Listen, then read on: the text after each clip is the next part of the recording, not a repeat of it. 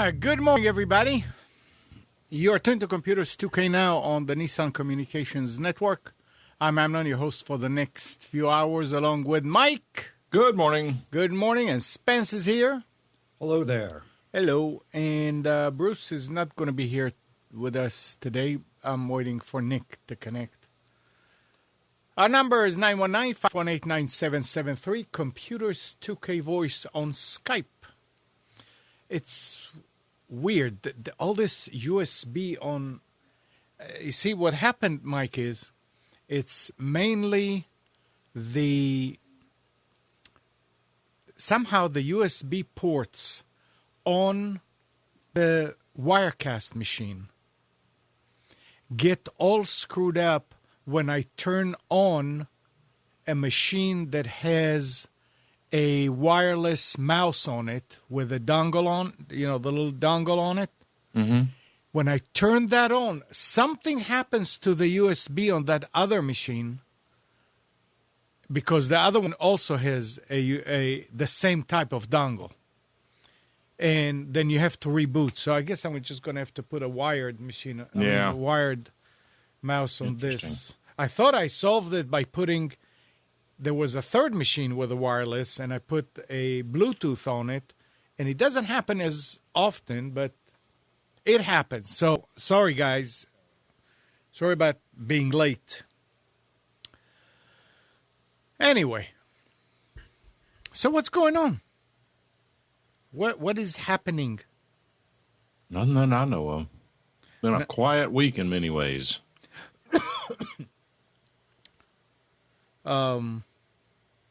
I had an interesting week with the music industry. Do I want to talk about it? Just don't tell names. Let's just. There's a lesson there.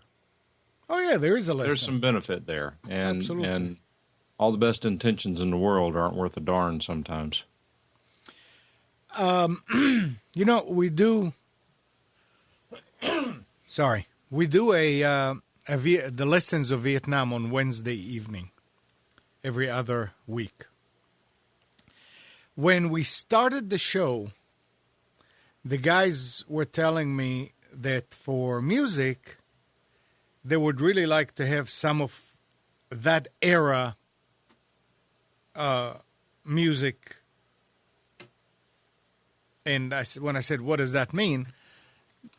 They sent me two samples. One of them was Painted Black by Creedence Clearwater, right? Running Through the Jungle. Yeah, that's Run Through the Jungle. Oh, so...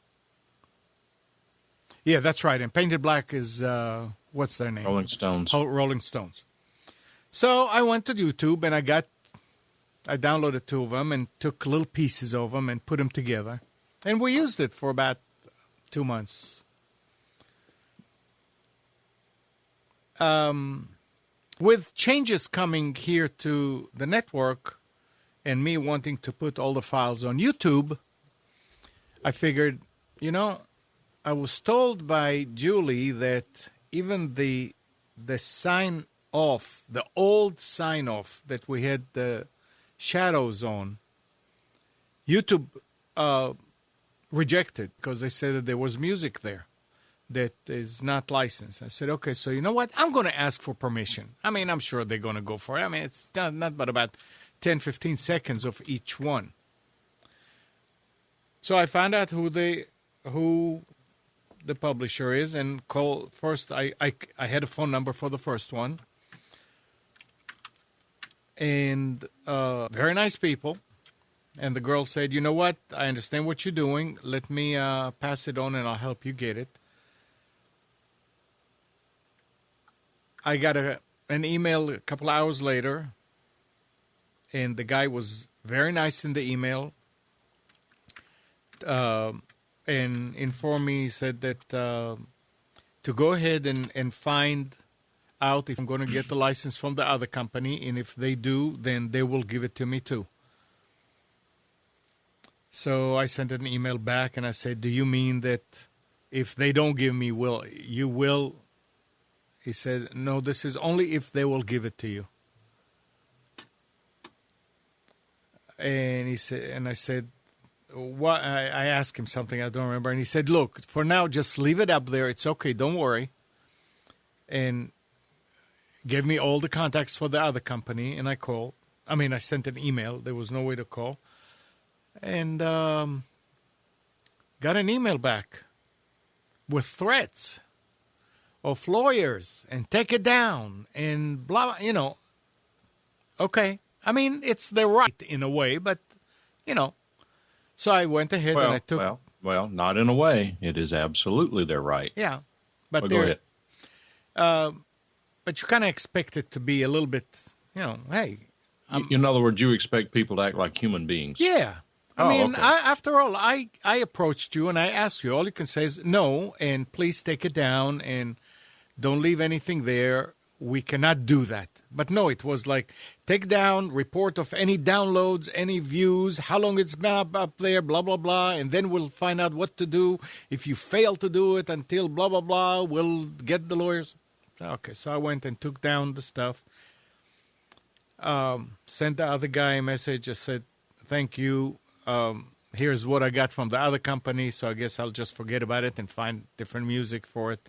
And he sent a message back and he said, I was hoping for more civil response from them, but these are rights that require artist permissions, and that's not true, by the way. Okay, and the artist delegates that responsibility to them. That's their job. That's what they do. It is their decision.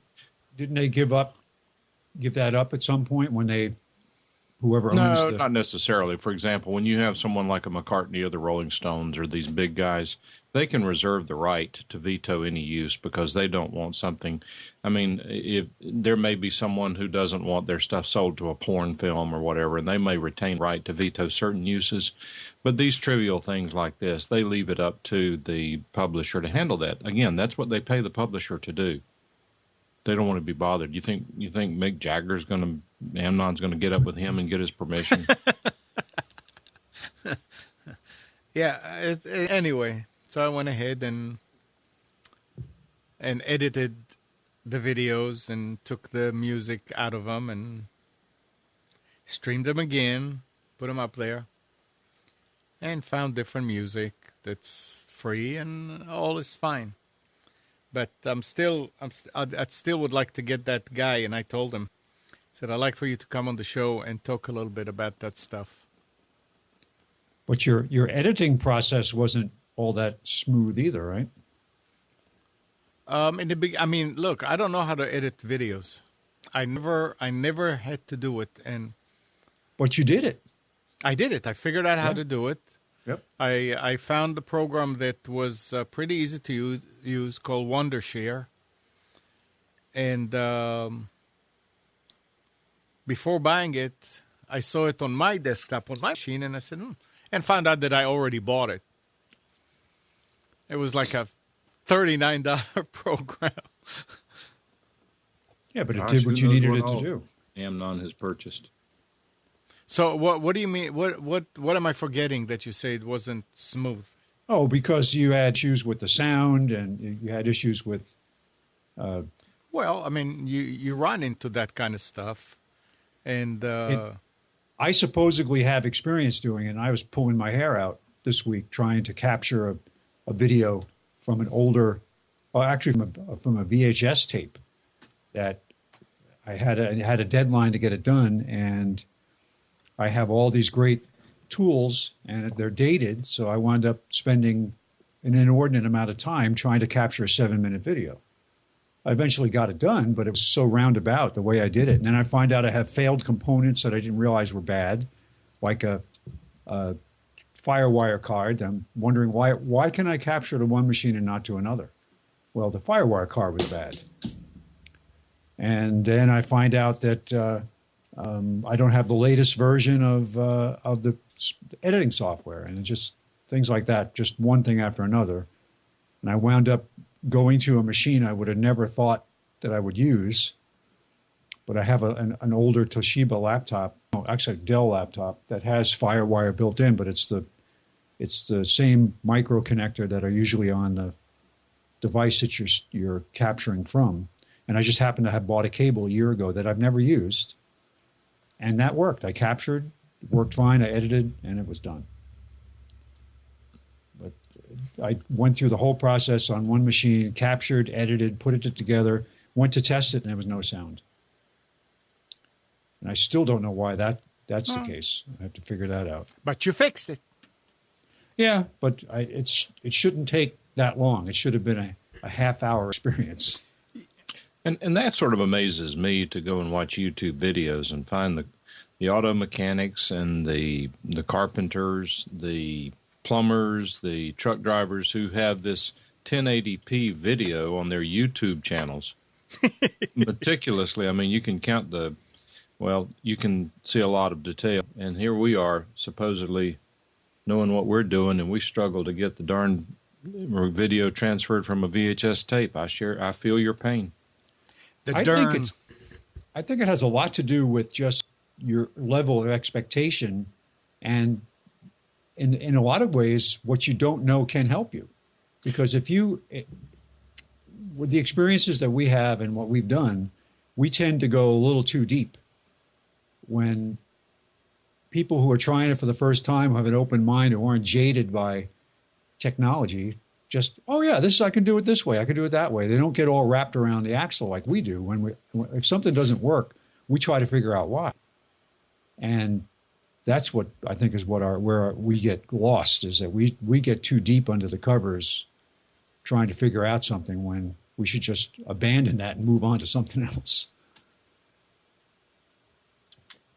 And a lot of it has to do with people even buying $300 webcams that record digitally now, of course, transferring that to a computer, and there's no quality loss. So that's what I think that people are doing, is that they are, like you're saying, they're not overthinking it. They're transferring it and maybe even publishing it with warts and all as it comes straight off the camera, which gets some pretty darn good video. And that, you're right, is my issue, because I have... remember the Pinnacle movie box? It was a first USB, Pinnacle first. They made the Dazzle products too, but this was a really nice composite FireWire, USB in, USB composite out. It was a digital converter. It was a really nice product. Does not have any Windows 7 drivers, by the way, which I learned. And so now I'm going to look for an inexpensive composite, either a card or a USB device that I can use to capture. Nick. Well, you asked Nick. Nick is doing that. He's using this AverMedia card that sounds like it may be what you want. Yeah, and that's exactly what I'm looking for. I was looking around, and I had a couple old Hop-Hog cards that actually do have Windows 7 drivers, but I'm not sure that that's going to work because they're mainly tuner cards. The composite in is kind of an afterthought. But yeah, AverMedia, I've seen that one. And I just need a simple card. And it's not expensive either. No. Was it $100? It's $89. $89. Mm-hmm. So I remembered when I couldn't get that conversion to work or the capture device to work, I remembered that the camcorders that I have, the digital camcorders, both had a conversion feature built in. So I said, let me try that. So first I tried the old Sony Digital 8, and I couldn't get that to even be recognized. And at the same time, I was having problems with FireWire. Then I tried the Canon DV camera that I have, which incidentally works really well. I mean, I actually did a wedding recently where I videotaped a wedding for some friends. And if I can disconnect the power, I can show you what this looks like. What happened to your audio? He moved away from the microphone. Moved away. Sorry, yeah, I have it I have it a little further away from my face. Good. But this is the sounds a lot better that way. This little Canon, which is a DV tape. It's not by any means new.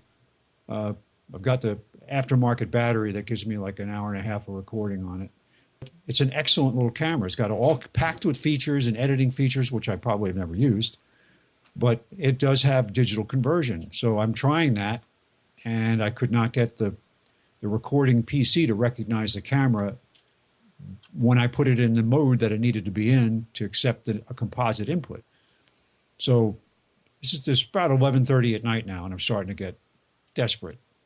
And I remembered that I can record to it. So I recorded to a tape first and then played it back, and that worked. And I was able to capture from the camera or from the tape, but it was a 3-step process, which it didn't have to be. But I eventually got it done. So I was looking in as I looked at today's specials, looking at straight to memory camcorders that, like you said, Mike, I think there was one. It was a really nice, I think it was a Sony or a Canon for $199.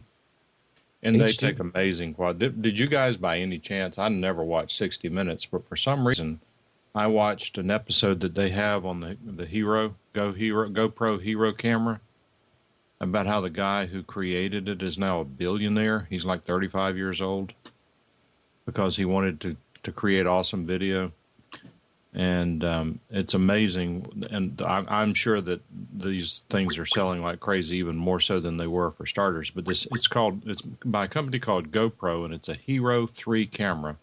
You buy them, I think they're either $199 or $299. The video they take is just incredible. I mean, the networks are using these things for NASCAR uses them, not exclusively, but NASCAR uses them. They're what's really popular right now is to attach these things to, what do they call these drone remote controlled helicopter deals? Hello, Nick. Good morning. Good morning. What are these remote controlled helicopters called? Oh, the quadcopters. Quadcopters or something like this, 4 engines. Yeah. But the big thing now is to hook these cameras onto those, to mount them onto those and fly them over places like the Grand Canyon, fly them over Niagara Falls, places where normally a helicopter is not going to get down that close and what have you, and just fly them around. And when they come back, they'll get some really awesome shots of video. And you can actually take the video live, which is pretty interesting. I'm curious about that. How do you do that? I'm not sure. I was watching. I was watching an NFL halftime show last weekend, and one of the hosts, Terry Bradshaw, they were about to go back to the game, and he was holding what appeared to be some kind of tablet, and he was controlling this quadcopter, and it was coming towards him, and he was controlling it, and there was, I would assume, some kind of GoPro on it, and they showed him controlling it, and it was, I would assume it was live. It could have been recorded, but they showed the live video of him, the quadcopter coming towards him, and then they did like a jib shot of the studio. Well, there could be a transmitter added to it, because I'm sure it has some sort of clean output on it, maybe HDMI. So they could come out of the GoPro and go into the transmitter, but there also could be a different camera that they're using, and there would have to be, because NASCAR is all live. Yeah, I think there's got to be a way to transfer live video. Let's see, GoPro live video. Yeah, isn't this the GoPro? Isn't this the one the guy designed for, like, to put on the helmet of a skydiver and things like that? Oh, yeah. They've even got a little deal where you put it in your mouth. Yeah, it's amazing. The GoPro Hero 3 or the GoPro with Wi-Fi backpack on your computer, you can stream it to Windows or Mac. With a Wi-Fi backpack. Yeah, you can. So for ones that aren't, or one that isn't the Hero 3, I think comes with or you can buy a separate Wi-Fi dongle for it. I would assume that's how you do it. Let me see here. Yeah, Arnie says that they're using them to go into neighbors' yards. That's actually illegal. But yep. So if you take a look at, let me post this video in chat. Spence, are you still with us with audio? Yeah. Why? My video went away? We see XSplit. Oh, hang on a second. All right. If you take a look at that video from that timestamp, you can see the guy is wirelessly controlling the. He's using the VLC to watch it, but I guess the Hero 3 has built-in Wi-Fi, which is actually pretty cool. I should look into getting one of these. Yeah. No, I agree. But in all sincerity, it's a new day in video. This camera is I mean, we look at it, it's just another camera. I've almost purchased one several times, but it's just a camera. But I'll tell you something, it's adding a new dimension to our lives. We are going to be able to see things that we've never been able to see before. You think about it whenever for years you would see someone who's snow skiing going down the slopes. They have a camera mounted on their bodies. And this is in years past as a $14,000 commercial grade non-HD video camera. And very few companies, contractors, networks, television stations are willing to gamble that much money just to get a shot of a guy going down a slope. Now, with this $300 camera, they're willing to gamble it all the time. And if you think about it, when you see awesome video, even in movies, television, wherever you see it, that awesome video is rarely the product of someone designing the shot, taking the shot, watching the video, and finding its awesomeness. It's often hit and miss, and that is that if you take a lot of what these amateur photographers are doing with the GoPro is they are shooting the video and going back and watching hours and hours of video, and all of a sudden, wow, here's this awesome shot, and they put it on YouTube, and they say, how did you get that? Well, they didn't just say, I'm going to fly my helicopter over Niagara Falls and show what it's like inside this little cave that you cannot see from the air unless you have a telephoto lens and a helicopter hovering 50 feet over the spot, that sort of thing. Which, by the way, then even if you got close enough, maybe the prop wash from the helicopter distorts the flow of the water so it's not even accurate. But that being said, that there are going to be some very awesome shots. We're going to see things that we probably have never seen before because these things are going where no man has gone before. And even in other terms of using this around the house, these cameras are $199. I mean, talk about a surveillance system. Here you go. I mean, you buy 5 of these. Yeah, they're a little pricey, but now you've got a truly wireless surveillance system for your house. You have a computer with VLC open. And there you go. There's your surveillance system. But Nick, will they run 24/7? Yeah, if you've got them plugged in. I don't know. That'd be good to know because some cameras are not rated 24/7 because of the heat factor. Depends. I'm gonna be picking one of these up for. I'll probably get one for Christmas. I don't know that they're generating any heat unless they have. It'd be a cool thing to. Yeah, it'd be a cool thing to just throw outside. I wouldn't throw it. I'd mount it and protect it. Yeah, well, yeah, okay. Mount it on the outside of the window. Yeah. There you go, and it's fully Wi-Fi. Yeah, it's like Mike is saying, the GoPros get hot. They do get hot? I don't know. I mean, just investigate that before you try to use it as a surveillance camera. And there are some others that look like the GoPro, supposed to do what the GoPro does, and a lot cheaper. After we watched that 60 Minutes story, I told my wife, I said, if I were the board of directors, I would have drawn and quartered that guy who going on 60 Minutes and showing how successful they are. And she said, why? That's good publicity. I said, no. I suspect their competitors had no clue how successful they are. Now that they've seen how big the market is and how much money they're making, every company out there that manufactures a small video camera is going to go after that market. Yeah, for a while, the standard for broadcast was high-end digital SLRs because they could shoot 1080p like the Nikon and Canon. And that was an expensive proposition. You're talking cameras well over $1,000. Well, that's still cheap, but yeah, but it's not something you want to fly over the Niagara Falls. Right. But now the weight was a factor. But they were really good with these Steadicam rigs. And you can get that device like Amnon got that's got the local hard drive that you can stream right to it on board. It works really well. The what? Well, that hard drive, that thing you are going to evaluate for capturing, the Ninja. Storing the video.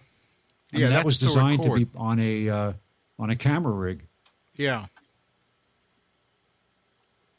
Spence. So, What's the deal with XSplit?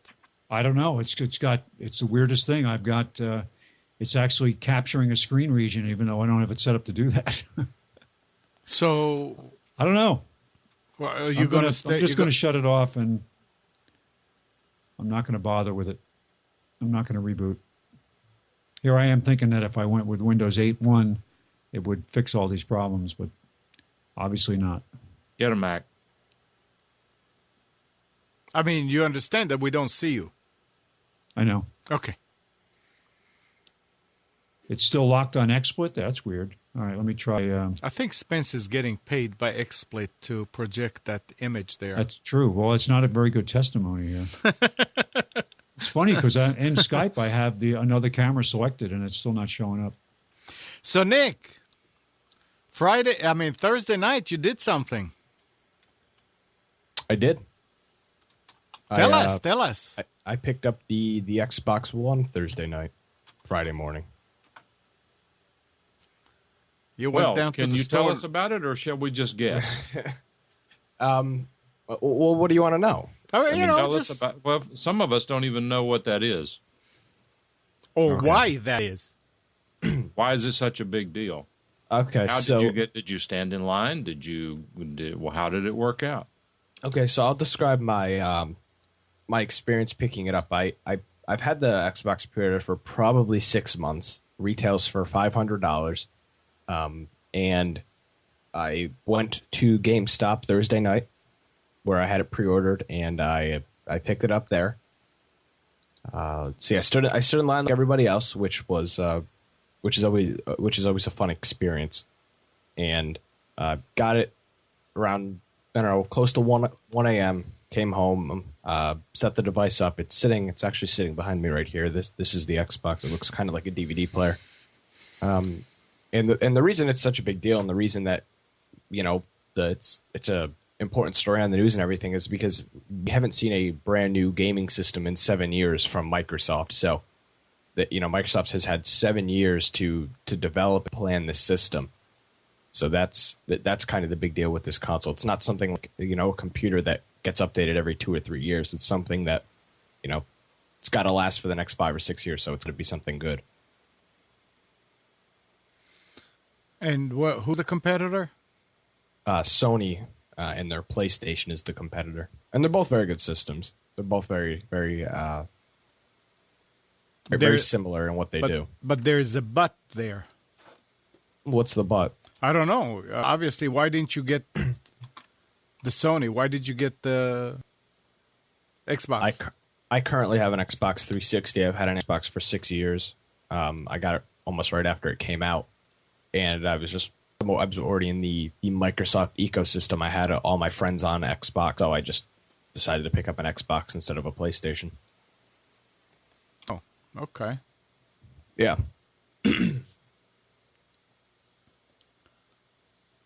And have you been on it ever since? Yeah, I played a little bit of it yesterday. I've been doing some YouTube videos of it. It's a really nice system. It comes with the Kinect, which is, I think, for a lot of people, a selling point. I'm kind of in a weird situation with it. The Xbox One is marketed as a living room device, as something that you would stick next to your cable box, and I don't really use it like that. So some of the features like the Kinect and the HDMI pass through for your cable box, I don't really get a use out of because of where I have it located in my studio.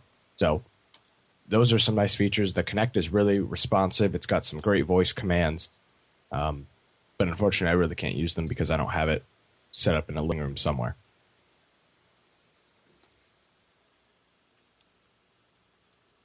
Let me do So is it worth the money?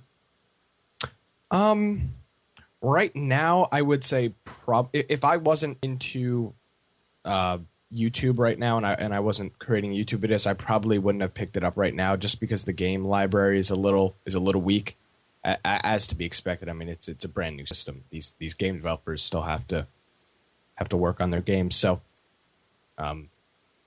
right now, if you have no reason to buy it right now, if you're not doing YouTube or you're not writing reviews or stuff like that, I wouldn't say get it right now. But apparently, according to Microsoft and Sony, you will be able to pick these up by Black Friday. So, if you're looking for a Christmas gift, I think it's a good one. Either the Xbox or the PlayStation. Well, how would you decide between the two? And actually, this is a great question. Let's suppose a parent wants to give one of these games to one of their kids. Right. And I would assume that most kids are pretty committed as to which one they want, and maybe would probably make it quite clear. Yeah. But if a parent wanted to get a kid the first game, and the kid is not already committed to one of the games, how would a parent know which game to buy? Well, it depends. I mean, if your child is somebody that you think would be playing online with their friends, in terms of multiplayer games, I think the Xbox is the solution hands down. It's got a 7-year lead on Sony in terms of its online marketplace and its online multiplayer abilities. If you're just looking for, if your child's just looking to play games casually and just play through a single player of a game and then get a new game, I think the PlayStation's the best option for you. And the Xbox is $100 more than the PlayStation. Yeah, but it's your child. Money is no object. Well, no, but I think that comes down to, I mean, I don't think everybody's going to go out and spend $500 on their child for Christmas just on the Xbox. I don't know. They might. I don't know. But there is a legitimate reason for the price difference. So, what is that? The Kinect.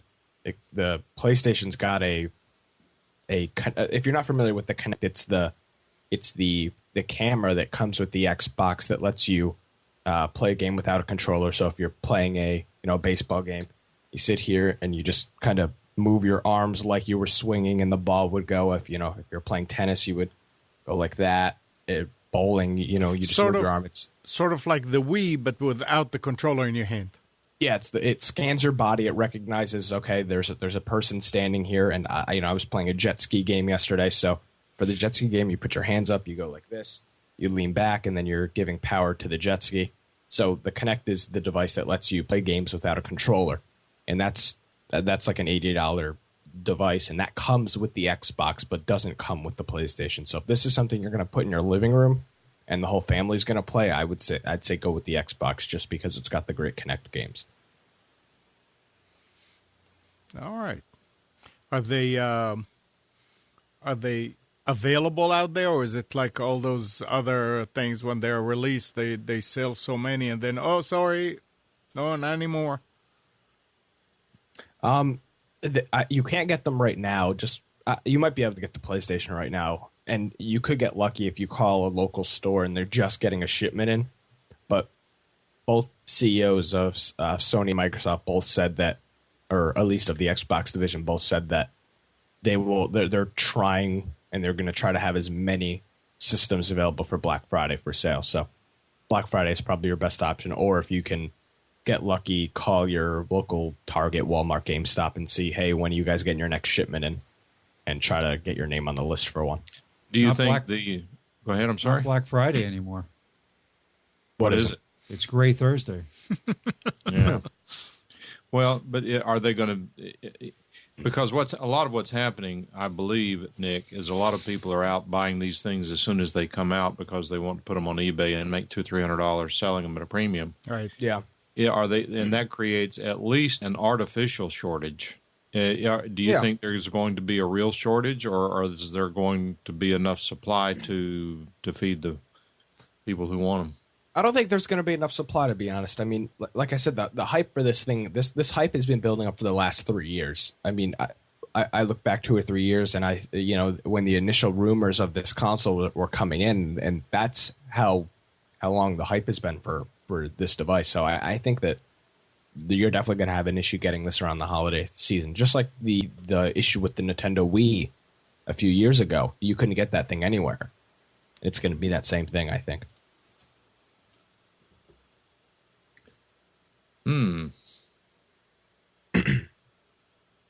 What? Well, I don't know. I'm glad to be out of that. I mean, we had to. Me too. We had to bribe people and threaten them to get Furbies, or what were the other things that we had to try to get our Furbies? You're showing your age. That's all right. Yeah. All right. Let's go with a couple of stories here. Well, Tony, before we get away from it, Tony posted a link in chat. There is a GoPro Hero 3 Silver bundle that's normally $300, now $229 at Sam's Club. Oh, that's a good deal. And John wants to know if you pay $5 a month for their network. Let me see if I can find the question in chat. Yeah, I do pay for their Xbox Live membership. You have to have that on both the Xbox and the PlayStation to play games online and get access to apps like Netflix and Hulu and YouTube. So, yes, I'm part of their online That's service. not the only thing you pay for. What else did you pay? What else did you join? What was that? The thing with Skype. I don't think, Mike, I don't remember if you were here for that. You might have been. For what? Listen to that, Mike. With the Xbox One, of course, Xbox is developed by Microsoft, and Microsoft's got their whole, I don't even know what the name of it is. Their one login system where, one email and one password to log you into your Xbox, your Skype account, your SkyDrive account, all those other things. I believe it's called. Yeah, so on the Xbox, there's a Skype app, and that's a big selling feature of the Xbox is the Skype integration with the camera. It's a 1080p camera that comes with the Kinect. So I signed into my Skype account on the Xbox, and once I signed in, I looked at my email about 45 minutes later, and I had an email from Skype, and they had upgraded my account to Skype Premium for free because I had an Xbox Live membership. So my $60, I think it's $60 a year Xbox Live membership now gives me a $30 or $40 a year Skype Premium account for absolutely free. And I had no clue about that. Right. And what does the Skype, and that may not be long term, that may just be for the earlier adopters, you never know. Not sure. Or maybe they're testing it. But, yeah. But what does that give you other than group video? Unlimited unlimited outgoing calls to the U.S., so I can call anybody in the U.S. Good. I don't believe I have a phone number.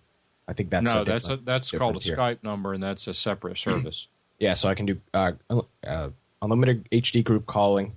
I don't have ads on Skype anymore, and I can call out to phone numbers, which is actually really nice, and I'll use that a lot more. I use it an awful lot. It's more than $60 a year. I thought it was only $4 a month. I'm paying. You have the one with the phone number though, Amnon. That's you got a lot two more. services, Amnon. You've got group and Skype number. Yeah, Skype number is the thing where you have your 919. Isn't 919-518 a Skype number? Yes. Yeah. So I don't have that. I can just call out. You have a different. You don't need I don't think if you ever need to do a show with a dial-in, Amnon can forward 919 to your number. Yeah. And it'll come in just like you had a Skype number. Yeah. I know that I'm paying for the long distance, the calling out, the number, right? That's and 60. Group video. That's part of premium. It's 25 plus 9 every quarter. So it's 34 times 4. Yep. Yeah. Which is $6. Yeah. That seems high. Well, that's what it is when you pay. I mean, he does have long I was distance thinking mine too. was less than 100. Do you you have have any international calling on yours, Amnon? nope. We'll have to look at that.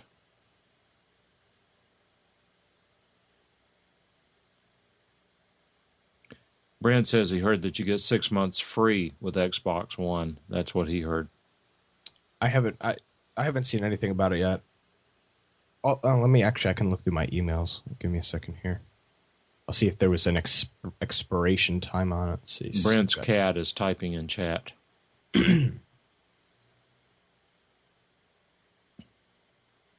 Let's see. Your transaction history. Here we go. Mike, Skype what in is is Skype in, Mike? That is the Skype phone number. Oh. But if you have a subscription to premium, it's half price.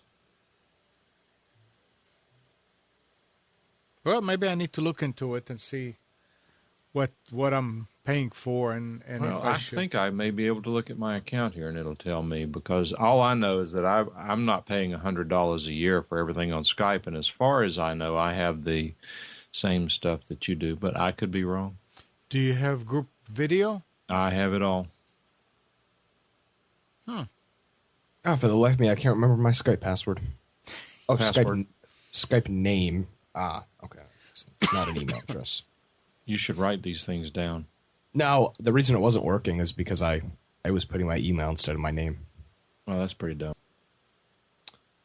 No, it's not. It's morning. Come on, Mike. Give him a break. Well, I don't understand this. It said it merged my Skype account with my Microsoft login or Microsoft ID, but now I still have to sign in with my Skype name. They did that to me too. That seems on kind of Rick's useless. house. Yeah. On his account, it merged them, but I still log in with his Skype username and password. There is supposed to be a function on here on Skype where you look. Here we go. My account. That's it. Let's see what it says here. If it'll ever open. All right. I have a premium account. I'm aware of that. Account details, billing and payments. I don't want to recharge because I don't need to recharge. They're definitely open for business, aren't they? Well, Subscriptions. Let's see here. I have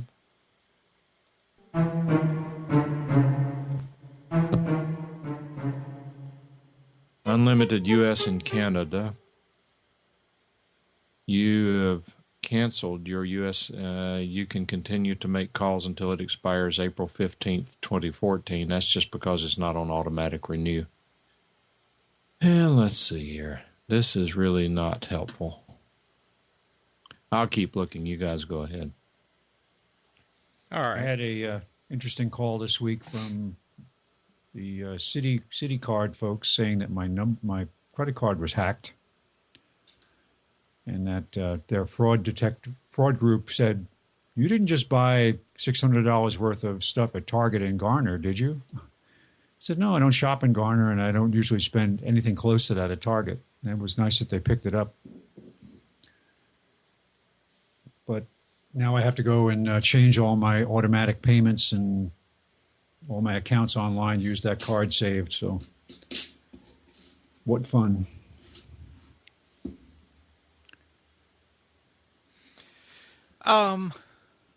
Anybody here used Twitter campaign thing, whatever? I don't know what they call it exactly. Where you Twitter for business. Oh, you mean the Twitter annoyance services? When you pay something like 10, 15, 20 bucks and they do something. None of you guys. No, I haven't. Doesn't ring a bell. And I got an email yesterday, and I normally just delete them, and I said, let me look into this. So I went and started filling it in, and I said, how much do you want to spend, and blah, blah, blah, and what do you want the tweet to say, and when does it start? The tweet to say. And at the end, it had something about how much, what is the limit that you want to pay for, what am I thinking, engagement? I think it was engagement, something like that. I said, what does that mean? And they say, we anywhere from 150 to 2 something, and they were somewhere in the middle was the recommendation. And I was reading, and it said, an engagement is for any user that would actually click on it, follow you, or and again, I don't remember. But I said, wait a second. So if you're going to send it to 1,000 people and 100 of them are going to click on the link, I mean, are actually going to come to the site, and you're telling me that I'm spending $10 or maximum or whatever, now it's going to be about 150 because it's 100 people at $1.50. I canceled and got out. I figured I need to find out about it because I have no problem paying 10, 20 bucks for it to go to, the correct people that to bring people here to the show. But not 200 people, not $200. Amnon, the thing about that is that's what they call I believe it's what they call a sponsored tweet, and you only get that if you're using Twitter's website. So are those the ads that they put up if you're using the Twitter website as instead of using a client, you're actually going to the website and using it? I think that's what it is. I could be wrong though. What's the Yeah, because I can't imagine they would although people I'm sure do it, but a tweet campaign, you'd have to be subscribing in order to see it. To see it, yeah. So that's what Twitter I think promoted tweets. That's what those are then. Those things, yeah. Start advertising on Twitter. Yeah, and if you go, you have to sign up for an account. It's not your regular Twitter account. It's the same username and password, but then if you get there, at the bottom of the page, it said something about, I think it said engagement. Engagement. So it does promoted tweets where you actually you can send it to a specific list. Right. Oh, okay. Oh, how annoying. Well, I mean, if you ask to get tweets about computer technology. Yeah, but they're not saying you have to subscribe. They can send it. If they know your Twitter account, they can just send something to you. You don't have to subscribe. Then why? I mean, if you go, each list will give you a different number of how many it will reach. If you go promoted tweets are regular tweets, but with the added bonus of reaching both current and potential followers you target. And do you see the groups? I'm looking. Target by geography, interests and gender. Interest. By device. Interest. Let's say interest. Yep. Target. It says know where to find. So they provide a list of people who have a certain demographic. Right. Because they have analytics services too. So obviously they have captured this information. Now, I understood that these are people that wanted to get that kind of stuff. No.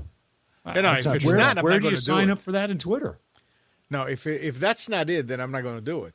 No, if this is spam. It is spam. That's exactly okay. Never mind. Forget I asked. I mean, the whole point is it looks at Nick Craig and it sees, all right, okay, I follow.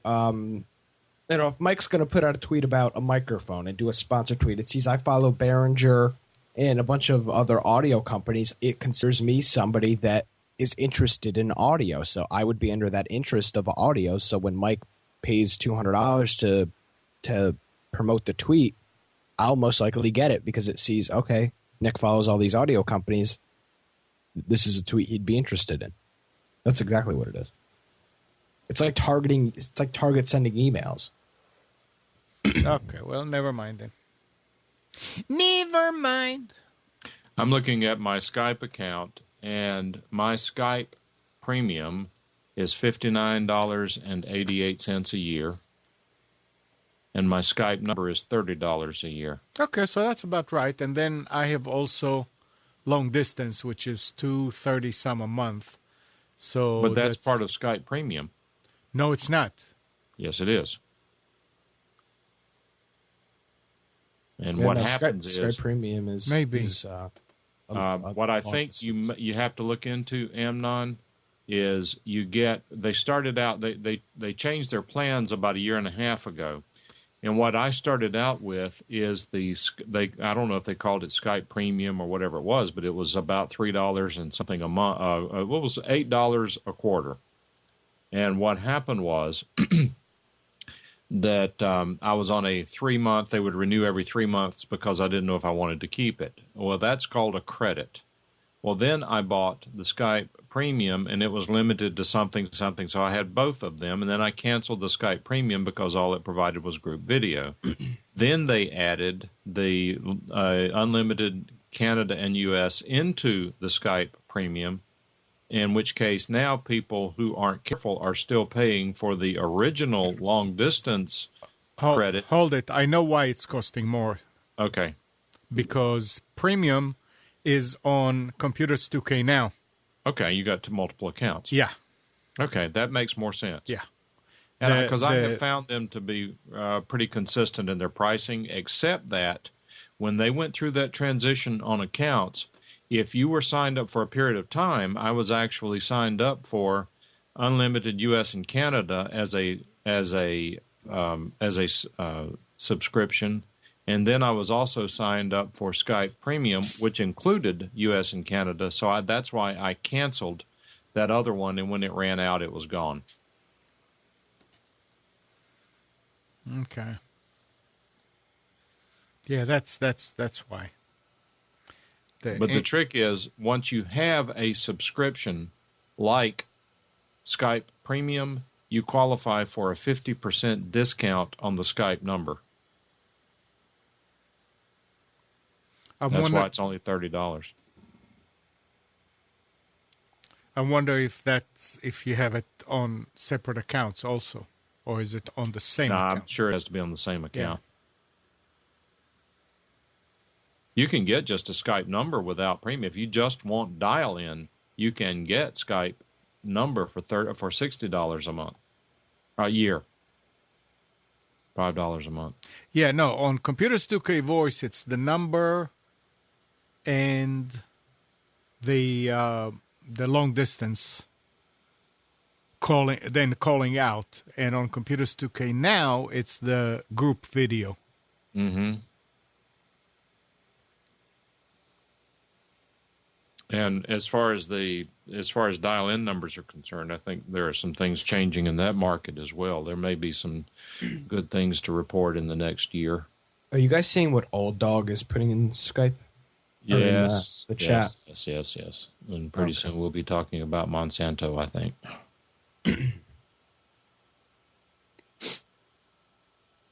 There is zero need for Skype. Well, there's zero need for Xbox. There's need for zero need for a computer. What the hell do you need a computer for? Go outside and play. Right. Read a book. Uh-oh. Uh-oh. No. Hello, Andrew. Morning, Andrew. The worst part of Old Dog is probably using Windows when he's saying punish Microsoft, boycott their products. Windows 2000. No need to pay. You don't have to pay for Skype. It's free. Yeah, unless you want to use it as a telephone. Yeah, but if you go to your ISP or your phone company and say, I want a telephone number, you have to pay for it too. Yeah. Well, anyway, you know what? If you don't want to pay for Skype, don't do it.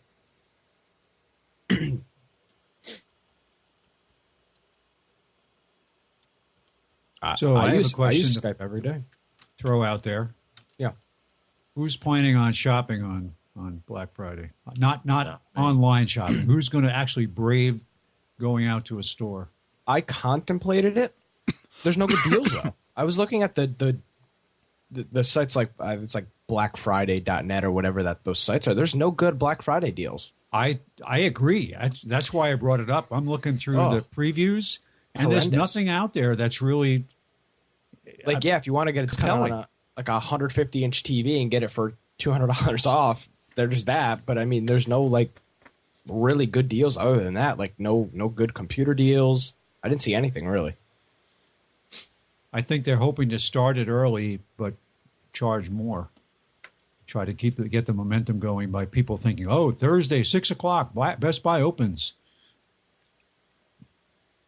Here's one of their so-called signature deals here is a Apple iPad 2, which is how many models ago? The iPad 2 is 4 years old, I think. Yeah, $299 for a 16 gig iPad. Oh, that's a steal. Now, that's a good deal, but still, that's not the kind of compelling things that I used to see for Black Friday. Yeah, no, there's. I'd like to go out. I think it would be cool, but there's nothing there. Yeah, it's just like the way the ads look. It's just like a regular holiday promotion. What did you say, Mike? Why would you want to go out? if there was a really good deal on something, I'd love to go out. I haven't done that in years. Bah, humbug. I never have.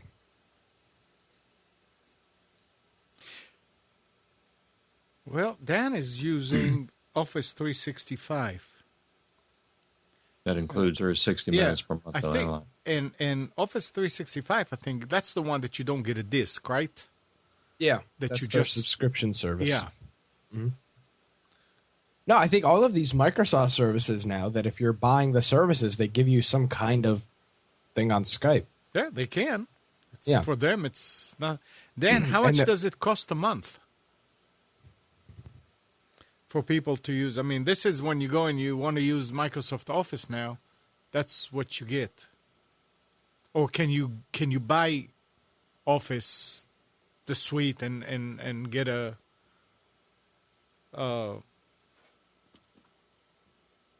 disk and the whole thing that you can keep? Oh, it's what? Are you serious? That's all it costs? $10 a month? Wow. That's worth it. $100 a year. Yeah, $100 a year. I mean, to buy For Office Professional, I wonder what's in it. Andrew, why don't you call on Computers 2K Voice? He's probably not sober. Huh? Nothing. I wonder. No disc, but what am I trying to say? What options are in Office 365? Does it have Word, Excel? I mean, all the things that we're used to seeing in computers computers in Office 2003, 2007, whatever. In Office Professional? Apparently. Wow, because so that is I know worth people it. that have switched to 365 from buying the regular software package. So you stay up to date. It's just No, this is absolutely worth it because you don't have to keep on upgrading and it's And you do actually install the program. It's not like you don't have to be online to use it. So that was the next thing I was going to ask. So you do not have to be online to use it? no. All right, and did you use it, Spence? I've installed it. I don't personally use it, but Okay, some of the, so how does some it of the work? offices I help out with IT stuff that I installed it on several machines. That's what I was going to ask. How do they do the copy protection here? Oh, you have to put in a license code. When you sign up for it, you get a key code. And Okay. You install it. And you install it on a machine, Yep. and then you're home and you want to use it there. Can you install it on your? I believe you sign in online, right? You do have to authenticate online, Yeah. but once you do that, I was under the impression from installing it that you did not have to be. I'm looking through the terms and conditions now to make sure that I wasn't wrong with that. 5 machines. You can have it on 5 different machines, Amnon. Okay. Yeah. Okay. That makes You can- that And makes but sense. that'd be a waste for me because I use it on one machine. Of all these machines, one has Office installed. Yeah, but I mean, if you're going to go out to the store and spend $100 or whatever it is on it anyway, that still comes with multiple licenses. I've got Just one. think, it includes Skype. See, I believe that's where they want to go with Skype. Is that eventually it's going to be a subscription service. They're not going to have it free anymore. It comes with Skype, 60 minutes of landline calling. I wonder what it costs them to maintain Skype as far as the online services aspect I still don't understand the back end architecture on Skype as to whether it's supposed to be peer to peer, or whether it actually they have to maintain a host of servers to be able to provide the service. Well, for you to have a friends list in the chat's not peer-to-peer. The chat's server-based, I think. It's got to be because you're peer-to-peer only with two parties. Once you go beyond that, you've got to have an MCU. So I would assume that the chat service must run on. Yeah, it's got to, because that stuff is all saved. That's archived. Yeah. But then when you do a group call, somebody's the host of that call. It picks up a host. So, but in order to have a conference call with, as soon as you go past two parties, you've got to have a centralized unit that distributes point to multi-point calling. There's no way I've to heard have different. I've heard differently about that. Under my assumption it was whoever started the call picked up the host and they were distributing the call. Yeah, and that was true for a while. Is that changed? But yeah, that's not necessarily true, because otherwise, as you added more parties, if your PC wasn't capable of providing the horsepower to host the call, now hosting might mean you control it, but it doesn't mean that there still has to be some processing in the cloud, because otherwise you'd be bringing your internet connection to its knees, especially with video. Because that would say that you're processing the video in your PC for multiple parties, which doesn't make any sense. It wouldn't be fast enough.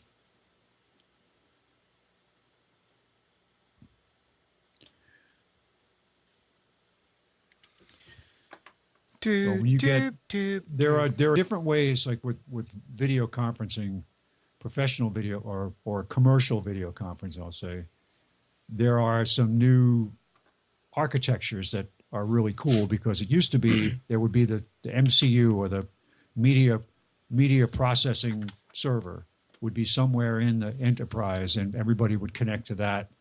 And if you were in Europe, you potentially had an issue because you had a longer distance to go to get to a server in the United States.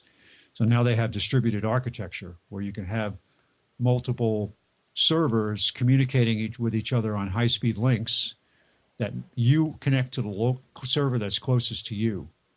And then the servers actually have a protocol where they interact with each other, so that there isn't duplication of, like, instead of having a bunch of individual conversations going across that backbone, you have one high-speed pipe between the two servers, and then a distributor at each end. So it's actually much more efficient and scales better too. Well, I also have something to report. This discussion that's going on in chat with regard to whether you need to pay for Skype and all that. You don't have to pay for anything you don't want to pay for. There are many alternatives out there. That one of that I've noticed recently, that I even tested again yesterday, is Google Voice. Amnon and I had worked with it a couple of years ago, and we had given up on it for a number of reasons. One is that the latency was terrible. The audio quality was terrible. Something has changed with Google Voice. I did some test calls with it recently. When I was talking to someone on the other end who had a wireline phone as opposed to a cell phone, I was stunned at how well it sounded. It was very, very surprising. I've done some playing with it since then, and they've changed something on their side, and the quality from the right telephone is very, very good. The reason I was sort of curious about it is because I listen to a national talk show from time to time. This guy, I don't know what his setup is, but he will have some people call in from Washington or other places, and the quality of a telephone call is still a telephone call. I mean, it's not a Skype call. It's still a telephone call, but the quality is unbelievable. I did some research to find out he's using a processor on his supply side of his phone line, but I think he's also got some sort of phone system that has the type of codecs that this particular Hangouts may be using now, and the quality is just good. I mean, it's very surprising. The issue that I still have with Google Voice, and it may be something I'm doing wrong, but I don't think so, is that if you have a call and get a second call, it rings on top of you, or you have to tell it to go straight to voicemail. You can't force a busy signal. That makes it unusable for call in for a radio show. Right.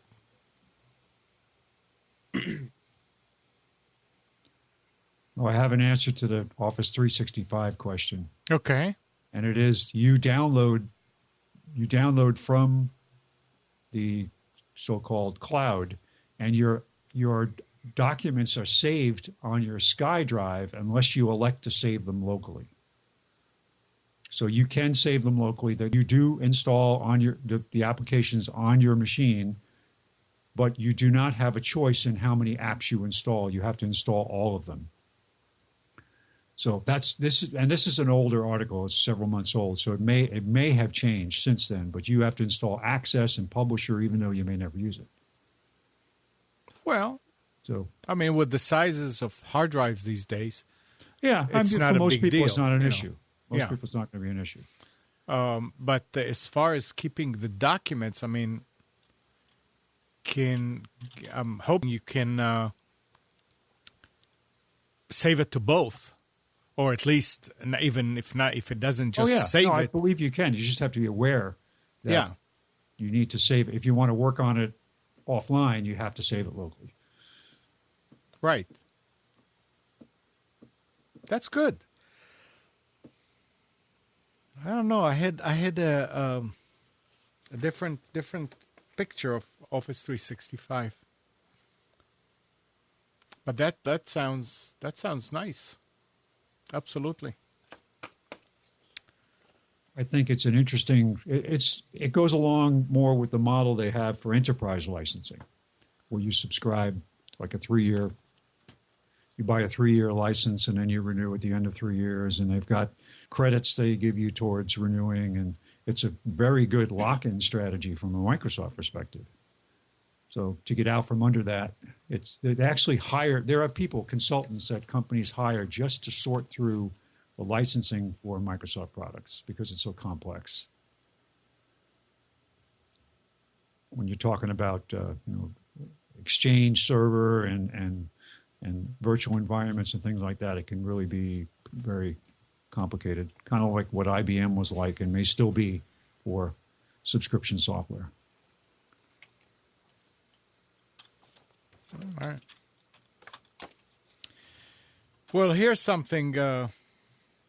Reuters is reporting that the FBI has issued a warning to several U.S. government agencies that the Anonymous Collective has hacked their system. Included in the list of compromised agencies are the U.S. Army, Department of Energy, Department of Health and Human Services, and potentially many more agencies. The avenue of attack? Adobe Cold Fusion. And the guy was talking about the fact that I don't know if Cold Fusion has been updated lately, but there are so many ways to get into these servers. It's not even funny. And one system administrator, I don't think can make sure that everything is protected, that the server is protected from every avenue. It's just too bad, and I don't know that it didn't happen in other places, that Adobe knew that Cold Fusion is vulnerable and didn't let the government know about it. But that's really bad. A lot of people use Cold Fusion. Yeah. Well, you can tell when you go to a website is it has .cfm on the end of the file name. And Mike, didn't I tell you not to take your old clunker and drive in Antarctica? Well, sometimes you just got to do what you got to do, Amnon. The LA Times reports of a discovery of seismic events. Nearly 1,400 tremors were recorded by researchers in 2010-2011, which seem to indicate the presence of volcanic activity 15 to 20 miles beneath the surface of western Antarctica. According to the article, the area of activity lies close to the youngest in a chain of volcanoes that formed over several million years and the characteristics and depth of the seismic events are consistent with those found in volcanic areas of Alaska, Aleutians Islands. Aleutian? The Pacific Northwest, Hawaii, and Mount Pinatubo in the Philippines.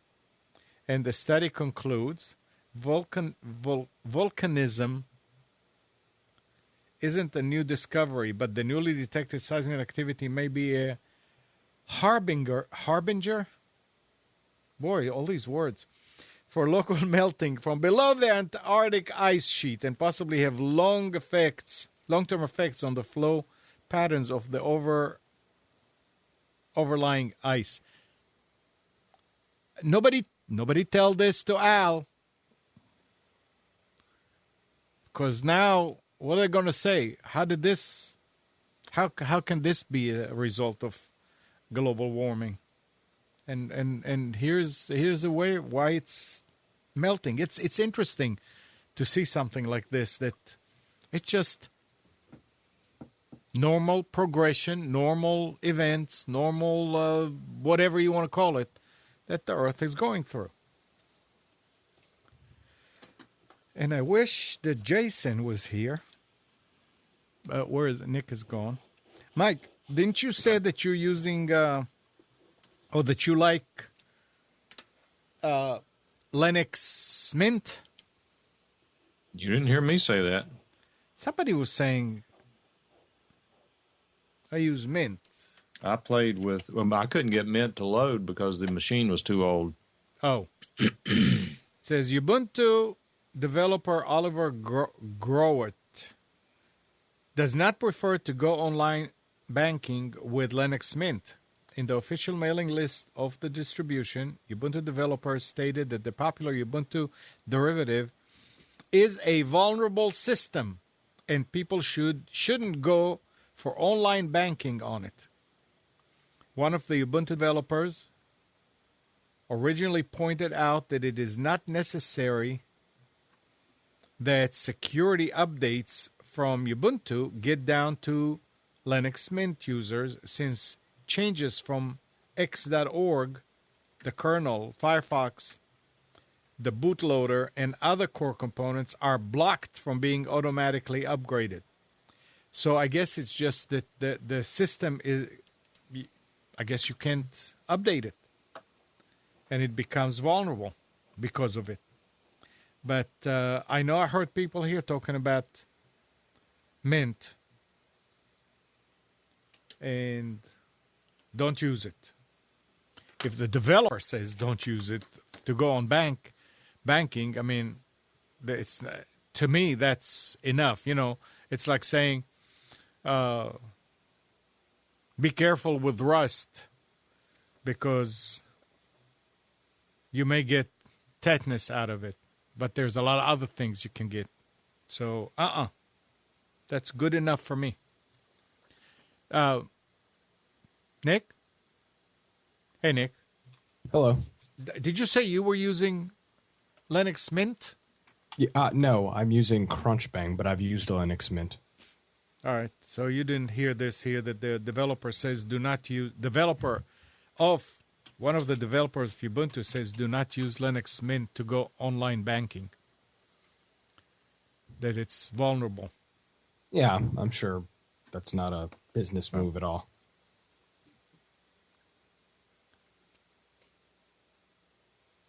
And those of you who are going to buy TVs,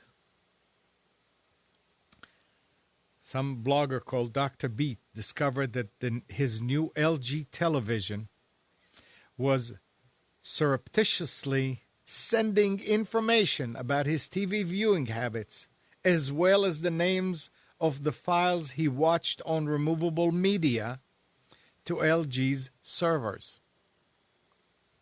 There is an undocumented setting in the TV configuration which supposedly disables this behavior. But an inspection of the network traffic between the TV and the internet showed that the TV continues to send the data whether or not the setting is disabled. He contacted LG but they shrugged the matter off, saying that it is a matter between him and the retailer he bought the TV from. Ah,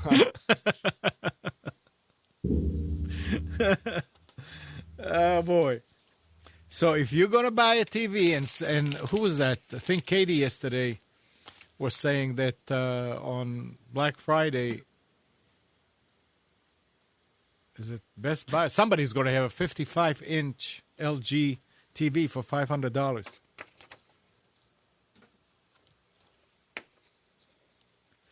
Where was this other story? This was...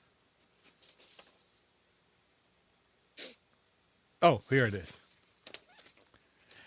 Listen to this. The price of a stolen identity has dropped as much as 37% in the cybercrime underground to $25 for a U.S. identity and $40 for an overseas identity. Wah, what do they think? We're not worth it? For $300 or less, you can acquire credentials for a bank account with a balance of $70,000 to $150,000. And $400 is all it takes to get a rival or targeted business knocked offline with a distributed denial of service for denial of service for hire attack. Meanwhile, ID theft and bank account credentials are getting cheaper because there's just so much inventory, aka stolen personal information out there. Bots are cheap too. 1,000 bots go for $20 and 15,000 bots, $250. Look, this is a commodity. They need to start trading this on Wall Street, don't they? This is amazing.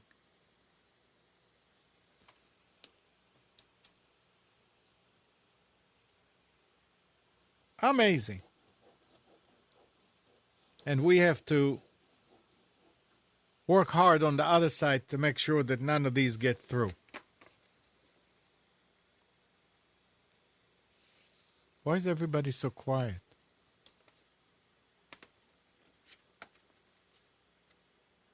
Mike, we can't hear you, or are you not talking to us?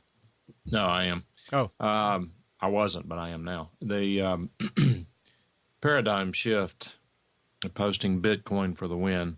I'm trying to understand this Bitcoin business. What is it? They're only making 1 million or 2 million of them, and it's catching on. The value of the Bitcoins is accelerating. What is the point of creating an alternative currency and then limiting the amount in circulation? I realize that that's supposed to enhance the value, but all that's going to do is cause people to go start their own alternative currency on top of Bitcoin. It would seem to me, obviously, and I confess to not understanding very much about the incentive or motivation behind Bitcoin, except that theoretically the government is unable to track it.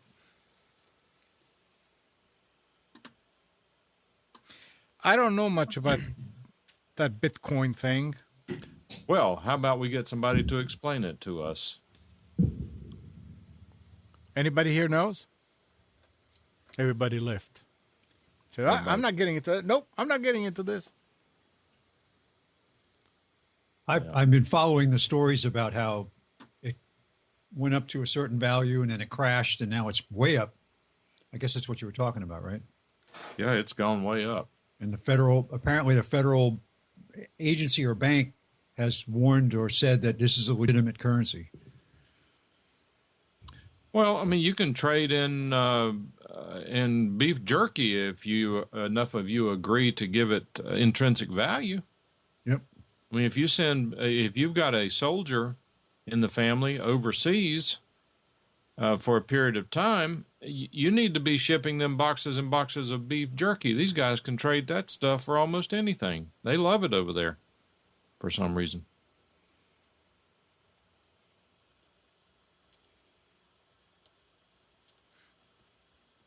So currency is whatever the group agrees that it is.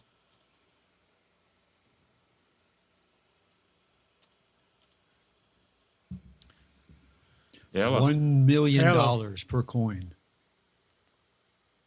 Well, it's sort of like stocks. Or, well, not chips, but yeah, stock. I mean, if you could pay with stocks goes up and down. I guess it's the same thing with Bitcoin. Is that what happens? It's speculative, more so than regular currencies.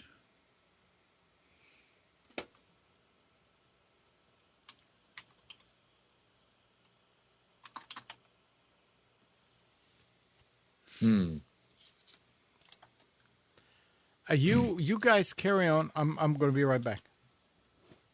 Okay. Let's see here. This chat and non-PHP free chat is not my favorite at all. And Tim says, forget Bitcoin, use PayPal if you're questioning Bitcoin. Well, I don't think that's apples and apples or oranges and oranges. The idea behind Bitcoin is to pull away from the system. PayPal is clearly in the system. I don't think that achieves the objective that many people who use Bitcoin are trying to achieve. And case in point, yeah, Andrew says everyone on Bitcoin's a drug addict. Remember the call we had last week with regard to this ransomware. If you open this ransomware, Crypto Locker wanted to get your files back, you had to pay either in these cash purchased credit cards, debit cards, or you had to pay in Bitcoin. And the reason why is because it is outside the system. I don't know. These people go to work in black helicopters, I guess. By the way, I'm doing some testing. If anybody's curious who's in the internet broadcasting thing, I'm doing some testing on a new beta client for Mixler. And if you want to try something here, let me post this in chat. I would like for you to go to a channel I'm streaming at the moment to see if the audio is there, to see if it sounds all right. I've checked it on my phone. It seems fine. I don't want to bring it up during the show here. And let's see here.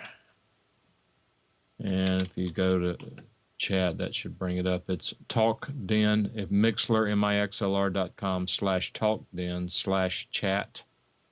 I'm not logged in, so... But that would be curious to know whether it sounds okay. I'm actually streaming what you're hearing. If you go to that, what you're hearing is the feed that I have here going to Amnon, as opposed to the feed that Amnon is sending through the video stream. That feels better. Hey, if it's all right, I'd like to try to knock out the specials, as it were. No. Why? Where are you going? No, I have an appointment with... No. No appointment? I'm not allowed? No, you're not allowed to. Oh, okay. Do we have a lot of specials? Well, you know what? It's funny because as I did this, I said, well, should I be doing the Black Friday preview specials? And I'm like, you know what? That requires a commitment that a lot of people maybe are not ready to make to take advantage of. You'll just have to come and do them on Thursday night. Yeah. I mean, think about what's happening to all these people that are going to have to work. I know that my future son-in-law it was interesting how he had just resigned from a retail job because he upped his hours on his regular job and put in 2-week notice the same day that they informed everybody that they're going to have to work on Thursday night. Mm. So he was glad to get out from under that. Mm. But interesting. All right. Well, I've got a few here. It's not as usual. I found for the last few weeks, Staples just has a lot of really good deals, and that's the bulk of what I'm going to talk about. But everybody has their particularly good items. Starting with Best Buy, they've got a Lenovo 7-inch 16-gig tablet for $129. They've got a Plantronics Bluetooth headset that is a particular favorite of mine, and this is the best price I've seen so far. It may be available cheaper at other online retailers, but It's the Plantronics Voyager Legend Bluetooth headset. It's $69.99. It's $30 off the regular price. They've got a Samsung 10-inch Galaxy Tab 3 for $299.99. That's $100 off the regular price. Their Wireless Brother MFC J4310 BW. This is a printer, scanner, fax, copier, inkjet with two-sided printing and 11 by 17 capability for $99. If the Microsoft 800 wireless keyboard and mouse combo for $19.99, that's $20 off. Western Digital 1 terabyte portable USB 3.0 hard drive with password and encryption for $69.99, save $20. They've got a 24-inch Insignia LED monitor for $119.99, that's $80 off. And an Acer 20-inch LED for $89.99. That's all at Best Buy. At Staples, they've got a 14-inch HP Chromebook for $179.99. That's $150 off the regular price. 15.6-inch Toshiba AMD A4 laptop for $249, entry level, $200 off.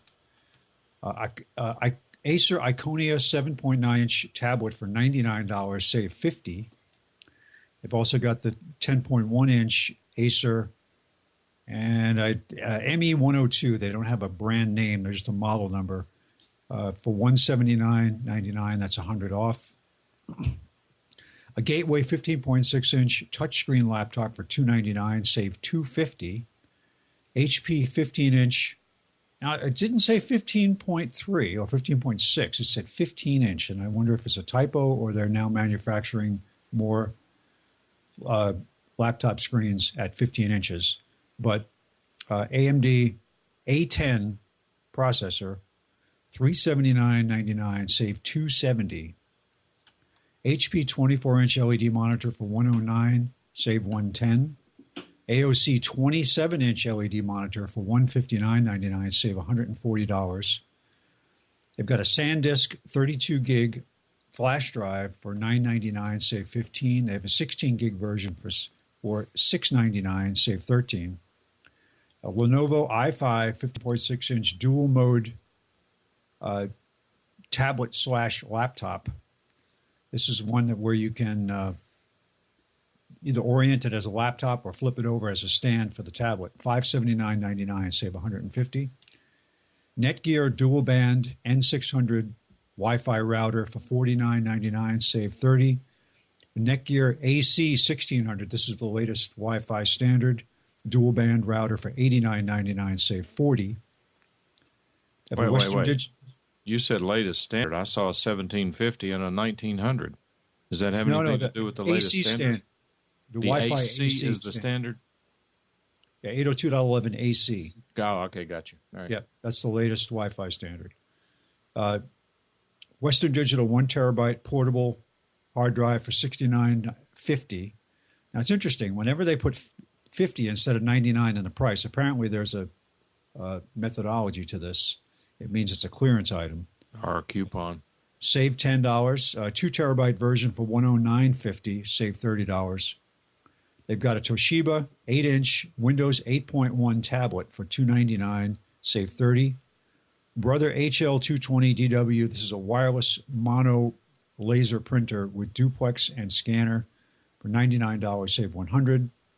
And an APC 600 VA battery backup for $39.99. That's $30 off. That's all at Staples. At Tiger Direct, they've got a 23-inch Acer LED monitor for $99.99 with a mail-in rebate, save $40. Seagate 1 terabyte, 3.5-inch hard drive. This is an internal drive, $39.99 after the mail-in rebate, save $70. They have a D-Link dual-band N300 Wi-Fi router for $39.99, save $60. They have the D-Link wireless security camera for $29.99. This is not the night vision version. I don't know what the capability would be in low light, but pretty good price for a wireless webcam. That's the lowest I've seen it. Seagate 4 terabyte, 3.5-inch hard drive that says NAS version, network attached storage. And I think that's just another way of them repackaging what used to be green drives, slow speed, 5,400 RPM drives. So I would beware of this. I don't know enough about it. Don't touch green drives with a 10-foot pole. Yeah, it doesn't say green. It says, but it's a NAS drive. So if that means higher reliability, I don't know. But that's what they're doing on that red drive, Western Digital, as well, and that the jury's still out on that one. Yeah, so this is something new.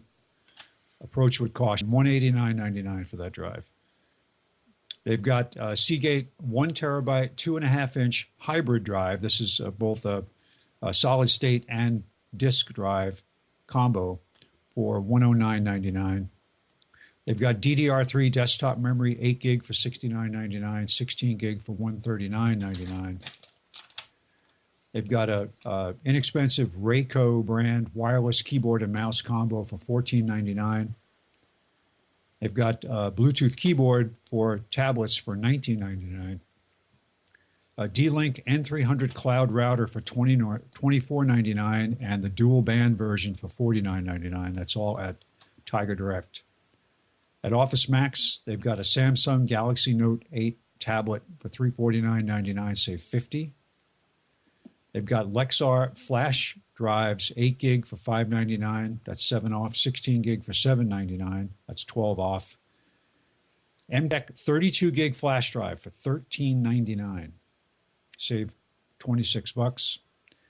And they have a Lenovo AMD E2 desktop, entry-level desktop computer. This is not including a monitor for $259.99. Save $60. That's at Office Max. And finally, at Office Depot, they've got an HP 10.1-inch touchscreen laptop with an AMD A4 processor for $299.99. They have an Asus 10.1-inch convertible Windows 8 laptop / tablet for $329.99. They have a CyberAcoustics 3-piece computer sound system with subwoofer for $28.99. It's $23 off the regular price. HP AMD E1 desktop, entry-level desktop for $249.99, save $100. And finally, a Western Digital 4 terabyte external hard drive. This is a desktop hard drive, USB, $159.99, save $20. And they also have the Western Digital 3 terabyte cloud drive. This is a network drive for $179.99. And that's at Office Depot. And that is it.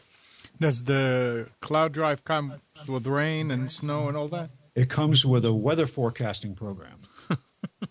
So you know if your access is going to be cloudy or whatever.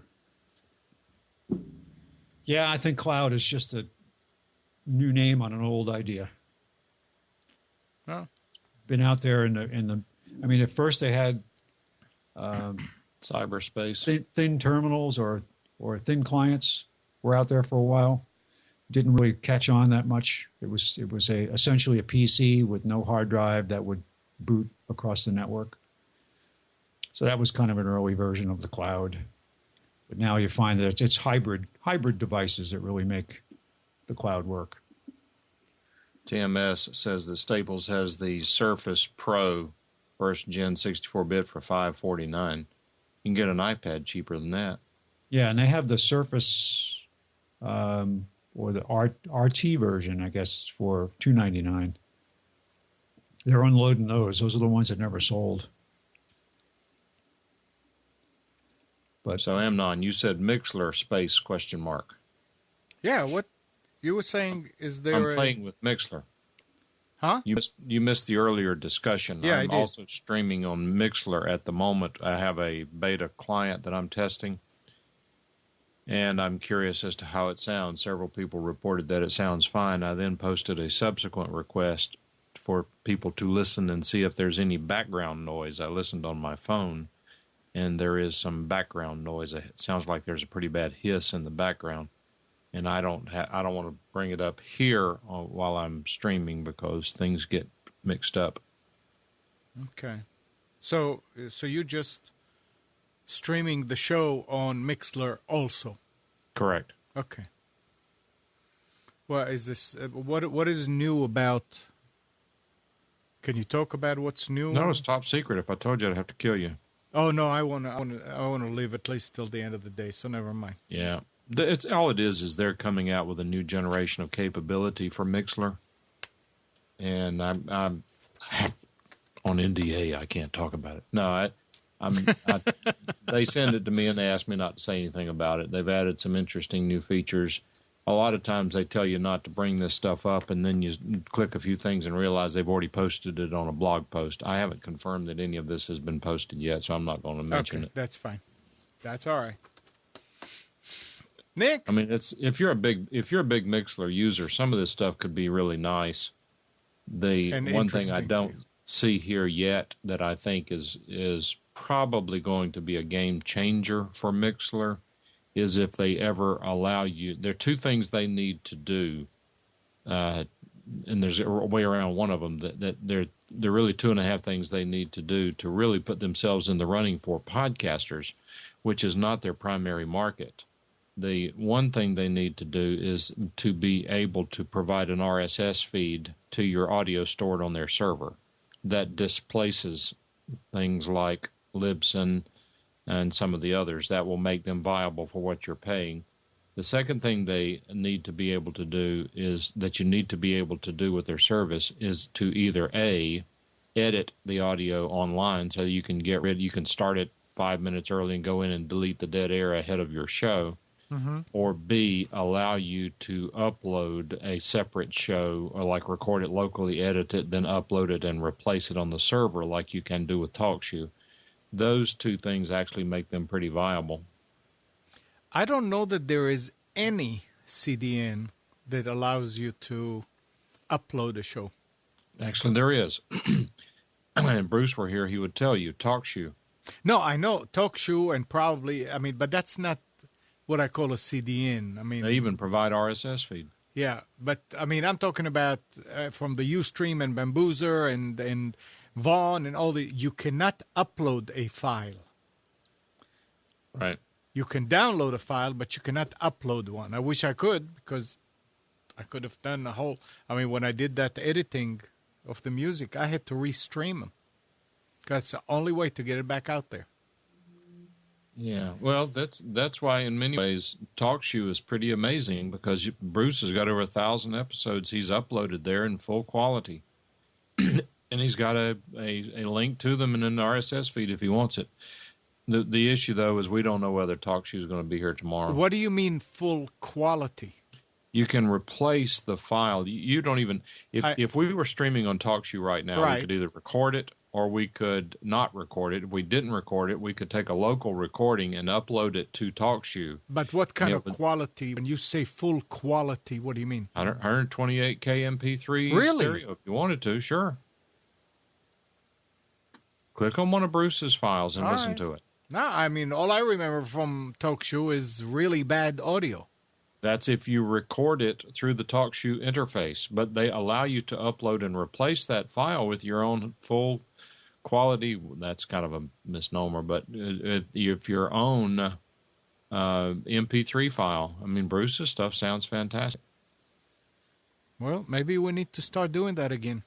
No, I'm not carrying any stories. I'm not trying to start any rumors because I don't know anything. Okay, never mind then. But I have seen some performance issues with TalkShoe over the last year that makes me wonder if they're even going to be around. I don't know. They may be doing great, but I know that last week, for the heck of it, I did stream Rick's House to TalkShoe, and not only did no one click in and then click out, no one even clicked in.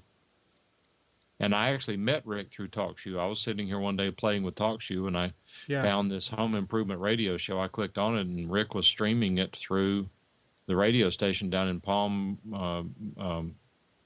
What the heck is it? Panama City. I don't want to say Palm. Panama City Beach, Florida. But TalkShoe is interesting, but it's a telephone bridge. Okay. Hey, Nick. Don't you have some story about the PlayStation? Hey, before we get into that, I'm going to say so long for today. How long? So long. About that long. It's time to go. All right. I'm being summoned. There are chores that await, and I'm hearing people waiting for me downstairs. So.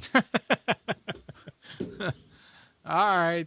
All right. Fine. Have Be a good like week, that. everybody. Have a good Thanksgiving. Be Yeah, you safe too. if you're Yep, traveling see. or whatever, and don't get caught up in the Are you going out of town? Ray No. Thursday craziness. You're not going out of town, right? Actually, we are. We're Oh. going to Williamsburg. Okay. All right. But we'll be back. We're coming back on Saturday. Okay. So Well, have a safe All right. trip if I don't talk to you before. have a then. good one, everybody. Take See ya. care. All right. Bye.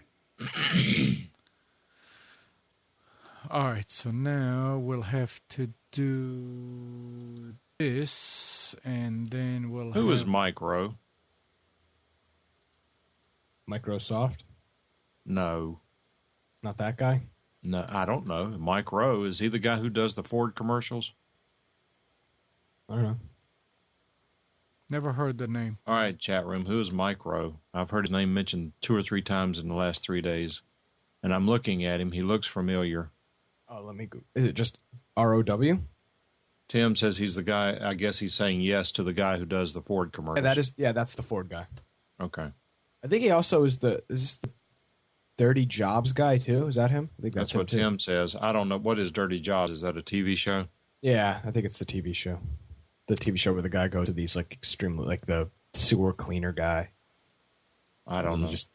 That's Is that a I don't know. I don't know what the show is. I'll look it up. Discovery Channel show. He just does jobs that are dirty. Oh, the Is that, guy with the dirty jobs. Like Steve Jobs without a... Never mind. Boy, we got too many TV watchers in here. Well, I'm not a TV watcher. Well, How often do you see me watching TV?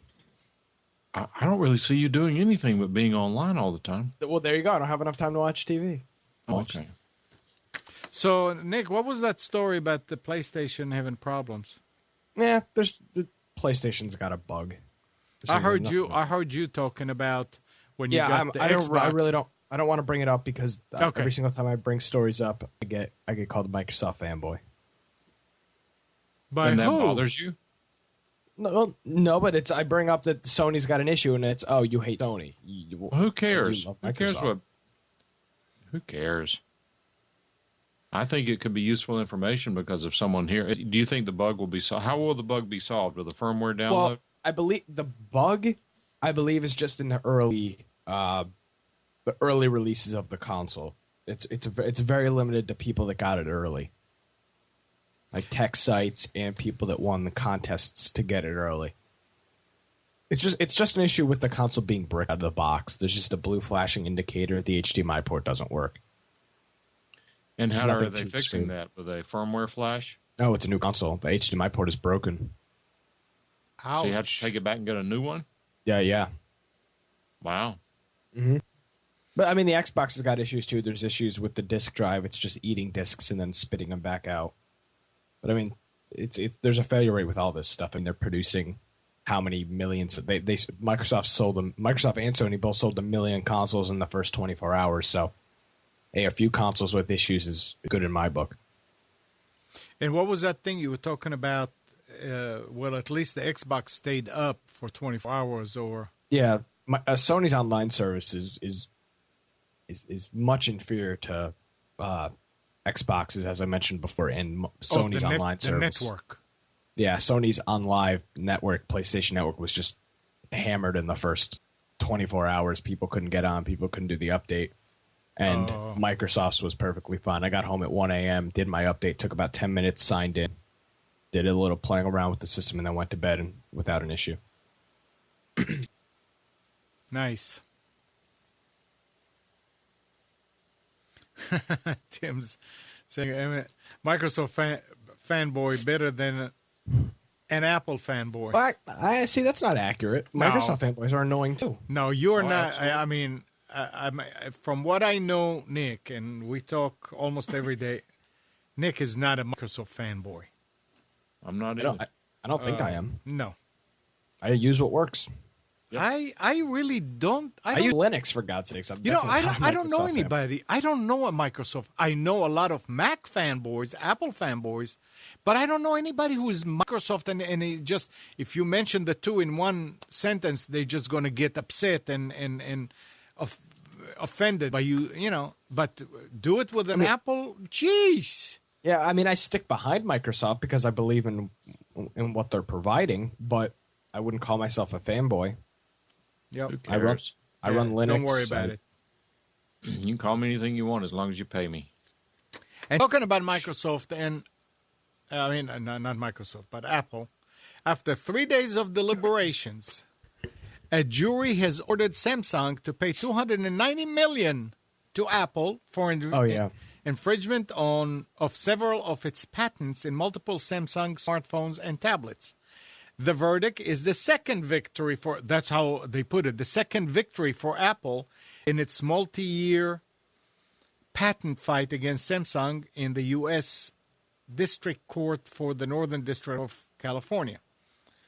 Last year, a jury in the same San Jose courtroom ruled Samsung should pay just over $1 billion for infringement of 5 Apple patents in multiple Samsung phones and tablets. But afterwards, Judge Lucy Koh ordered a new trial to reconsider $450 million of the damages after finding the previous jury had applied an impermissible legal theory to its calculations. Now remember what the first thing said. That's the second, right? The second win for Apple? Well, Thursday's verdict is the result of that new trial. So it's the same case. It's not 2 cases. I thought at the beginning, wasn't it like something like $3 billion, Mike? Or am I wrong? I think it was 1.2. Okay. So it's down now. It could have been as much as 3. It's down now to $290 million.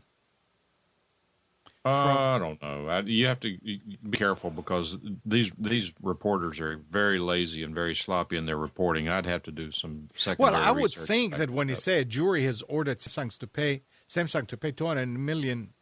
But is that additional money or is that a reduction of the previous award? It's a reduction. It says Thursday's verdict is the result of that new trial that Lucy Koh ordered after that problem with the juror, remember? Right. So, but is this?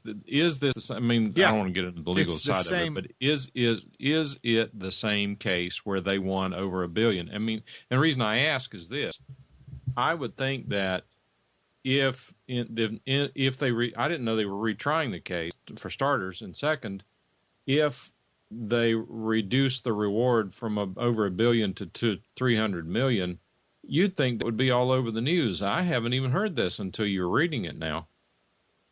Well, it can be understood in a different way too, because it says after they awarded them a little bit over $1 billion, Judge Lucy Koh ordered a new trial to reconsider $450 million of the damages.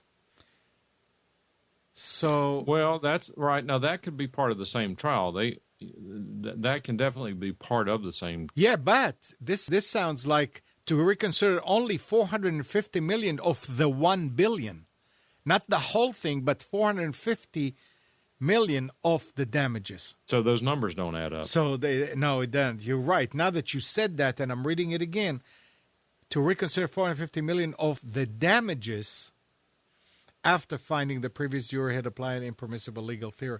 Maybe they just wanted to lower it by $450, and I don't know. Yeah. Why don't you read about it and let us know, Mike? I would think. When was the decision? It doesn't say, but this is from last week. That's the story is from last week. I mean, these fanboys, you'd think they'd be out just pumping their chests out on either side, wouldn't you? I don't know. I mean, this will be a letdown. If I was an Apple fanboy, that will be. I know, but the Samsung fanboys, which there are many, most of them are Apple haters, but they still have, but they still have to pay a lot. So I don't know why they would. Yeah.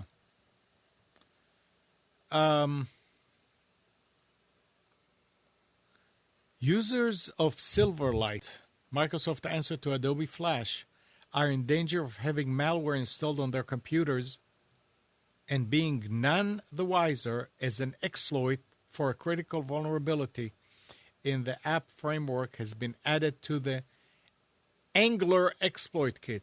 The vulnerability could allow remote code execution if the attacker hosts a website that contains a specially crafted Silverlight application that could exploit this vulnerability and then convince a user to view the website. The attacker could also take advantage of compromised websites and websites that accept or host user-provided content or advertisements. You think something like Silverlight would automatically upgrade itself. And that's, I mean, I've seen some computers still that have Silverlight. I don't have it on mine. It used to be something that you needed. I don't know who needs it now. Yeah, I don't know which sites rely on Silverlight now, but it used to be a big one. Maybe somebody in chat knows. But it is upgraded regularly. I mean, it's when you do Windows updates, there quite often are updates to Silverlight. But right. Yeah, Netflix. Brian says Netflix is Silverlight. It is. It is Silverlight. I guess I need to look at the computer. But they are moving to HTML5. So. Right, and I understand, but at least at this moment in time, yeah. So, but they do update it. But I've heard that it's just like Flash. I mean, I have no problem with Flash. Flash has always worked fine for everything I've used it for. But with everything appearing to be moving to HTML5, and with all of the haters, Flash haters, who are many of them, I guess, are hackers trying to make the system not work well. I'm so sick of the Flash updates. I'm ready for it to be done. They got rid of Adobe Air because TweetDeck no longer uses Adobe Air, so I was able to get rid of that off of all of my computers.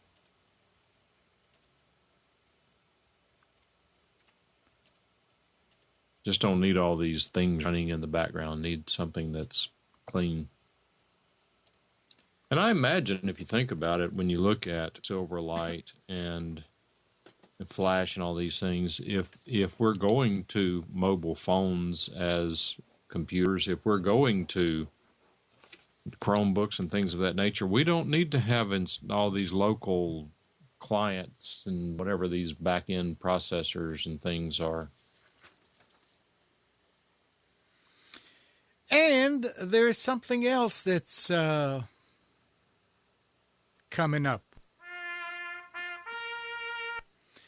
If you want to download the latest version of Winamp, you'd better do it soon. According to a new banner on the download page, AOL will be pulling the plug on the iconic Ilama whipping music player in a month. Winamp.com and associated web services will no longer be available past December 20th. Additionally, Winamp media players will no longer be available for download. Please download the latest version before that date. See release notes for latest improvements to this last release. Thanks for supporting the Winamp community for over 15 years. Ars Technica ran an article last year detailing how the music player lost its dominance. Winamp was one of the first ones out there to support MP3s. And it is going. Now, I'm sure it's going to be available for download on many other sites. And it wouldn't be bad to go ahead and download the latest one just to keep it in case somebody needs it. Yeah, the big rumor is Microsoft's going to try to buy it. Oh. I think I mean, there's still a lot of people I use Winamp a lot. I never liked it.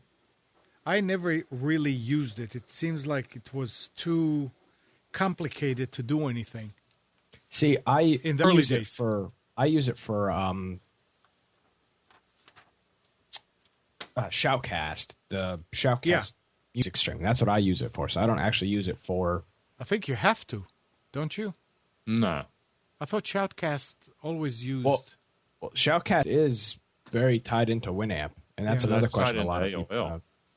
Well, yeah, but it's tied into AOL, but it's also a very important part of Shoutcast. So, yeah, we're not sure what's going to happen with Shoutcast once Winamp's gone. Yeah. Yeah, so that's what I'm saying. I mean, it'll still work if you have it and all that, but there's not going to be any Well, updates. this Now, I past- don't know the Shoutcast services. That's the question. Is there a need for Shoutcast if you've got HTML5? Shoutcast is Shoutcast is What's- the directory and the streamer. Yeah. Right. It's software. It's proprietary software, isn't it? Yeah, but it's also the directory as well. And isn't it open source? I don't know if that's Shoutcast or Icecast, but I think Icecast is open source, but I am not sure anybody who has a clue would know more than I do. Mm-hmm. Yeah, we were trying, but when we started and I was going to use the audio streaming, that's what everybody was telling me I should use is Shoutcast. And we tried and tried and tried. It was just, I never get it right. And then when that NCH came about and it was, bang, there, it works. Is when, I have a question about NCH. Yeah.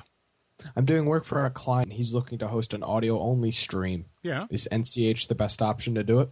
It's the simplest. It's easy. Okay. I mean, it's just a streamer. It's just what, an MP3 streamer, Amnon? Yeah, that's all it is. And you can embed the link Obviously. onto a website? Go to computers2know.com and look. Now, the thing is, you can, if you don't pay for it, which is only about like $70-some, that when you download it, right away they send you a link and say 50% off or whatever. But if you use it, I still haven't paid for it. But they let you use it unpaid if you put a link to their Advertise. to their website. Okay, great. When you saying that the customer wants to have an MP3 streamer, you mean live streamer? Yeah, like he's going to be doing his live show and I feel it would be beneficial for him to have an MP3 option as well as just over a video option for people that don't have access to, like on the go, being able to listen to the show. And where will it be installed? On his computer. He has 150 meg up and down. Okay. Yeah. That's fine then. Yeah. Oh, absolutely. Yeah, he works It for takes next to nothing. Mike. Are you familiar with Surge Minor or whatever that company is? No, I don't think so. No. Okay. I was just looking at Media Monkey. Media Monkey, and they do support Shoutcast and Icecast. Is there a directory in Media Monkey for Shoutcast? Yes. Okay, so then I hope it stays up because I use the Shoutcast. Actually, I use Winamp on my phone for Shoutcast because it's built right into the Winamp app. So hopefully that stays up. But here's the bad news. I just clicked on Shoutcast directory, and it took me to what appears to be the Winamp website. Oh. Well, no, Shoutcast.com is the actual directory. Yeah, but if that goes down. Well, I don't Yeah, believe Oh, no. Shoutcast or Winamp? What did you say? Shoutcast and Winamp. Oh, okay. What we're debating is how closely the two are tied to each other, such that wasn't Winamp done under a company called Nullsoft? Yeah, Nullsoft also operates the Shoutcast radio directory. which AOL owns both of them. Right. Well, they own Nullsoft apparently. Yeah. But so anyway, what we don't know is if Shoutcast will be maintained separately. I would think it is because I Well- don't see anything on their website saying that it's going down. What they're saying, here's what they're saying, that under the Shoutcast directory at the moment, there are 51,107 free internet radio stations. Yeah. And there are supposedly 737,058 people listening right now. Mm-hmm. That's more people than use AOL, isn't it? And I know for a fact Shoutcast is got to be making money because there's ads on Shoutcast's website. They embed ads into the radio player. So if I click on your your audio stream, they will inject an ad before they go to your live feed, and then every once in a while they'll inject another ad. So I would assume Shoutcast's directory is fine. And they have NPR News. Oh, wow. Oh boy, that's exciting. The news is not even in quotation marks. Mike. Stand by for news. Stand by for news. Paul Harvey. And this is interesting for gadgeteers. Wireless charging has had little success so far, except for toothbrushes. But Google is giving it a good try with a Nexus wireless charger that works with LG's Nexus 4 and 5, as well as the latest version of Google's tablet, the second generation Nexus 7. The charger operates using the QI standard, which seems to be ahead of rival PowerMat. So there's still a chance of having wireless charging. Everybody wants wireless charging, so you don't have to come and plug in and plug and unplug, plug in and plug, unplug. And that'll be interesting. If Google puts their mind to it, it may work. Now, from last week, I had something here that I was going to talk about and never got around to it. But this is for all you. Mike, what do you use for email? Who, me? Yeah. Oh, gosh. I use everything. I've got Outlook, Okay. Thunderbird. The use of Outlook PST data files have the potential to cause serious problems, from data loss to compliance issues. Now, that's an interesting generic statement. Yeah, What I know. does that mean? PST files are Outlook data files that are sometimes used as a mechanism for message archiving or for avoiding mailbox quotas. Although PST files can be handy, it is best to avoid using them in your organization if possible. Here are 10 reasons why. And this came from, I forgot the name of the website. PST files are rarely backed up. PST files typically reside on workstation hard drives or on removable storage devices. In any case, the PST file is unlikely to be backed up because most administrators do not back up workstation hard drives. This, of course, can lead to data loss. All right. Stop right there. Okay. See, this is the kind of irresponsible, crappy reporting that you have to watch out for. Right. Well, I Let's understand. go back to that last sentence you just read. Read that last sentence This, again. of course, can lead to data loss, or the one before that. Because they don't, some people just don't back up. who doesn't back up? What does it say? What did the article say? That most administrators. Right. Administrators, that means they have Exchange server and they're backed up on the Exchange server. They're not backing up if they're not backing up the workstations, it's because the information is contained on server drives and they're using Exchange server.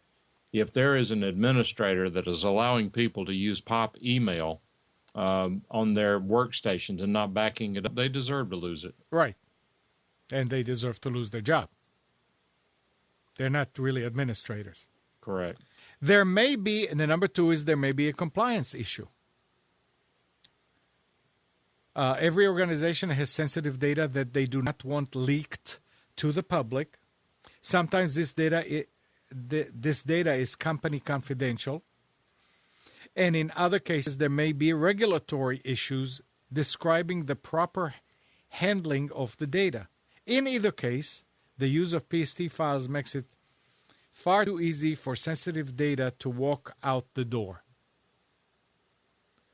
I don't know how it's going to walk out the door. It's a huge file. You have to know where it is. And so all. what are they advocating, Amnon? Because if you look at, if you use Thunderbird, let me think about this. They don't. Yeah, they don't advocate anything here. They're just telling you reasons. They just want to gripe because Thunderbird maintained an ASCII. Now, here's one that I do agree with. And furthermore, if you're going to keep it in Gmail, Google has access to everything you get. Absolutely. Go ahead. PST files are prone to corruption. Okay, what's not? Yes, it is. I said what's not. Oh, yeah. Well, True. And knock on wood, in the 15, 20 years that I've been using Outlook Express, which I'm still using, it never corrupted on me. I've seen some. Boy, I have. Now, I've argued with that one because the structure, now this is different. Now, this is a good point. Yeah. The file structure of the DBF files in Outlook Express are very, very awkward in that you can lose an index file and lose all of your email, even though it's still sitting right there in that file. Absolutely. There was a utility called DB Extract that a doctor wrote up in Tennessee that he just got fried with so many people begging for help to get their Outlook Express files back. So Outlook Express was a bad idea.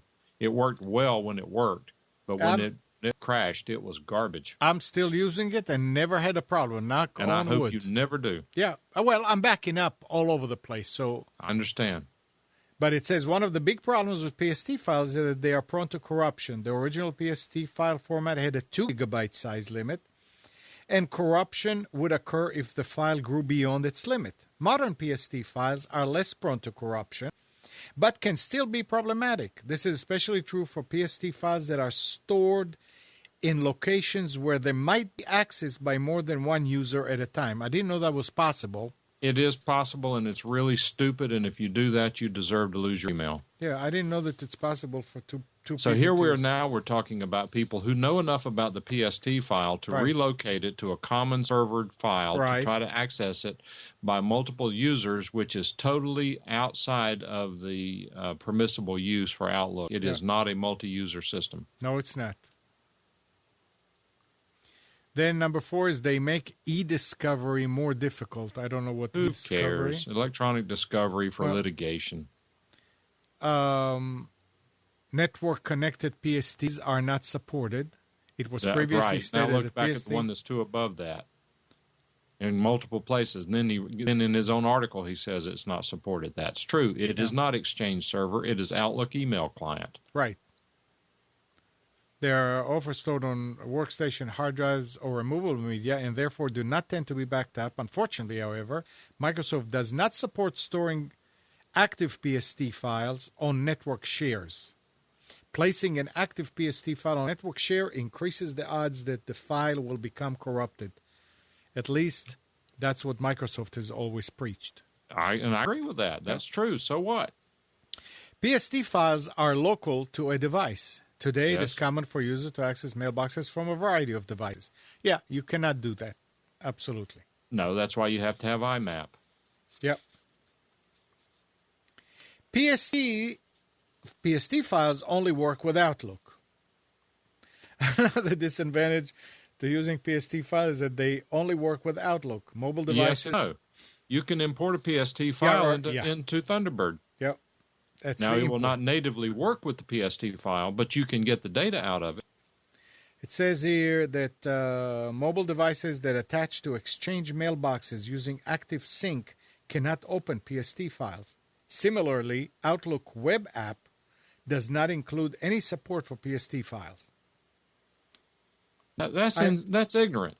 All right. I don't use it, so I can't argue this. I have no idea. Because Outlook Exchange has its own built-in database. It accesses Exchange. The PST file is the local saved copy. And on some versions, I get a little confused on this. It's even called OST instead of PST. And what it is it's the local cached versions of what you have accessed through Exchange. You can throw the file out and delete it, and it's still all there on your Exchange server.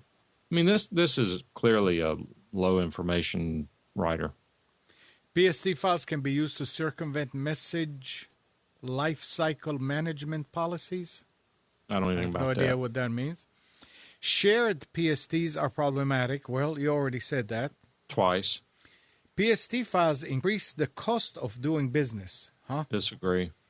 PST files have the tendency to increase the administrative burden. Administrators might be asked to discover PST files. You know what? I'm not even going to finish this. Because just forget the article. The whole thing, there may be one or two... There may be one or two things in there that are useful, but I would... You got a blind pig rooting for an acorn. Yeah. All right.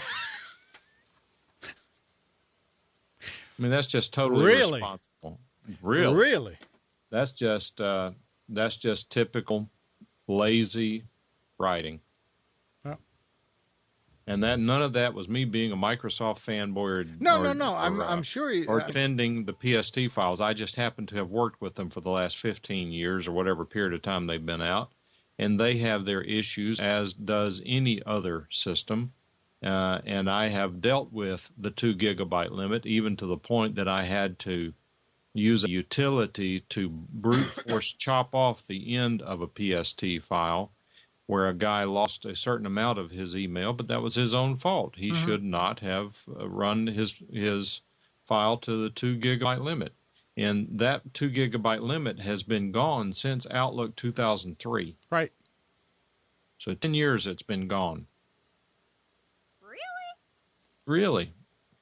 However, actually, there's another good point. So if you're curious, if you're still using Outlook, and if you're like Amnon going way, way back, if you upgraded from Outlook 2000 to Outlook 2003 and drug over your PST file, started using it without doing a conversion, you still have a 2 gigabyte limit on your PST file, and you can corrupt it in 2003, 2007, or 2010 if you go over the 2 gigabyte limit. There is a way to tell whether your file has the 2 gigabyte limit. It's been so long since I've looked at it, I don't remember what it is, but it, as I recall, has to do with finding your PST file, right-clicking on it, looking at properties, and there's a subtle difference between the two PST files. One of them that has the 2 gigabyte limit has some language in it that the properties for the other file do not. But that being said, let me renew my recommendation that if you start looking for things like PST files and other sorts of files in Thunderbird and other programs, those files are hidden in the apps data folder and other places. You should download, install, and run a very neat little search utility called Search Everything. Go to voidtools.com, voidtools.com. Download Search Everything. It's a tiny little program. When you open it and search for a file, you will be shocked at how many things it finds that no other search program I have ever used has been able to find. Okay. Oh, hey, Brian. Brian is here. Or was, anyway.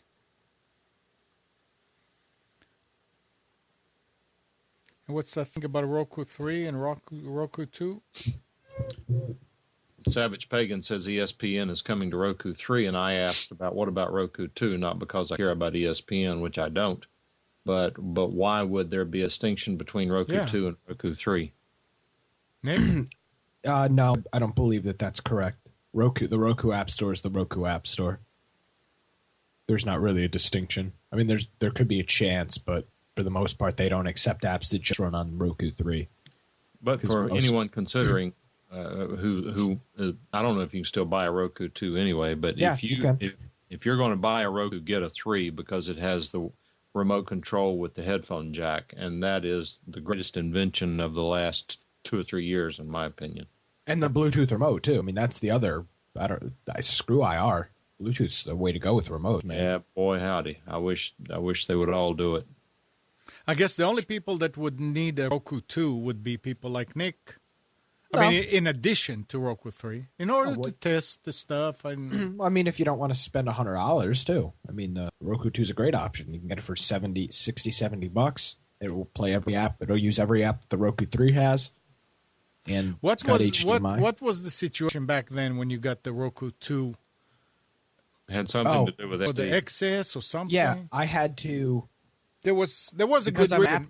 Because I'm an app developer, I need to test the apps in SD, and the Roku 3 does not support SD. You can't even force SD. So if you plan on using this on a SD TV or plugging it into a projector, get the Roku 2 that's got HDMI and composite out, so that you could hook it up to a projector or to a lower, that's what it was, an SD TV if necessary. Or you could always convert HDMI, but that's probably more expensive than buying a new Roku. Yeah, and that's what I was saying, that people like Nick who are Roku app developers may need it just in order to make sure that it works. It's just like when you do website development, you need Firefox and Explorer and Chrome and Safari, whatever, to make sure that the website works in all of them. Yep. Yep.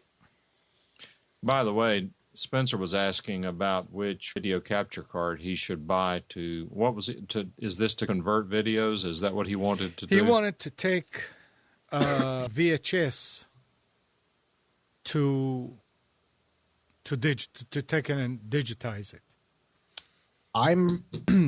The VHS players don't have component out, correct? Audio and video. Those don't have component, right? Some do. They have composite. Well, yeah, I'm sure asking some if they of have them. component. Well, some do, some don't. Yeah, component. I'm not going to don't. be recommending the. How hard is it to convert from component to composite? Oh, it's a conversion. Composite to component, I mean. Yeah, I don't know. I can't answer that question, but I do have, if Spencer, well, I should have told him that if he wants to get creative on this, I do have I don't know how you pronounce it. What is the name? ADVC 300 made by, what's the name of the company, Nick? It's a FireWire box that forces the audio and video to remain in sync. It's by Canopus, Canopus. Okay, yeah. I think the interesting thing is I've been using this Elgato game capture, which is this USB device, and that's got component in.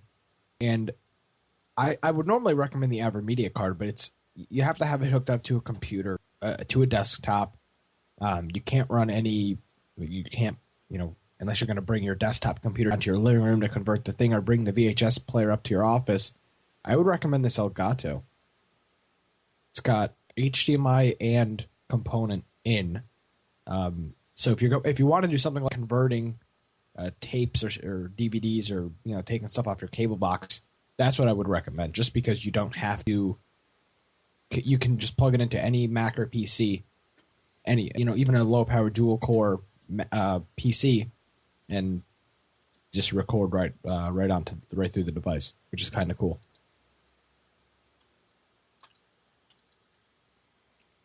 Okay. We were telling him the AverMedia. Yeah. Well, the AverMedia is not bad. It doesn't do 1080p, which is a little disappointing, but it only... Well, trust me, the VHS does not either. Well, no, but in terms of... But now he's locked into one computer. He can't go to a friend's house. Which is fine. No. He wanted something to do for his own... Well, yeah, but I mean, it starts off with your own, and then people are saying you're converting stuff, and then now you're, oh, yes, so you can take this with you and go somewhere. Yeah, I mean, this device is... It's more practical. The device is not much bigger than this. It's a lot smaller than this HDMI matrix. It's a very portable device. It's got HDMI pass-through and component in. I would recommend that for portable stuff, and I think that's kind of a benefit of doing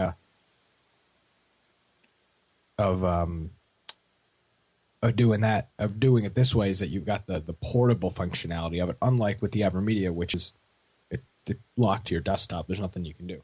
Mm-hmm. Tim says Roxio Game Cap Pro if it's a PC. I thought Roxio was long gone. I'm not a big fan of the Roxio capture cards. They're kind of junk, but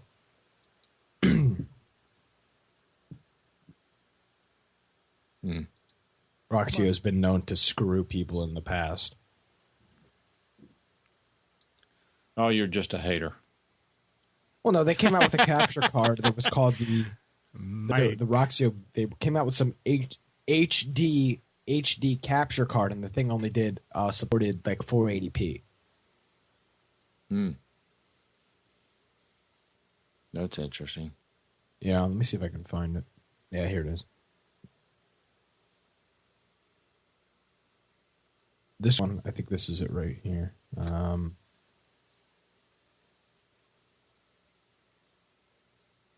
By the way, Amnon, while he's looking for that, to finish up on email. Yeah. I even though I use Outlook, and I'll just narrow it down to this one situation. I use, by the way, the even on Outlook 2010, I don't know about 2013, but the Microsoft implementation of IMAP is garbage, absolute garbage. If you're using Outlook with IMAP, good luck. I hope it continues to work well for you. I've got some horror stories that you would not believe. That now, on to the other topic. With regard to Outlook, the way I use it is when you send an email to my main account, it goes to a server that is nothing but a referring server. It is what they call a permanent mailbox.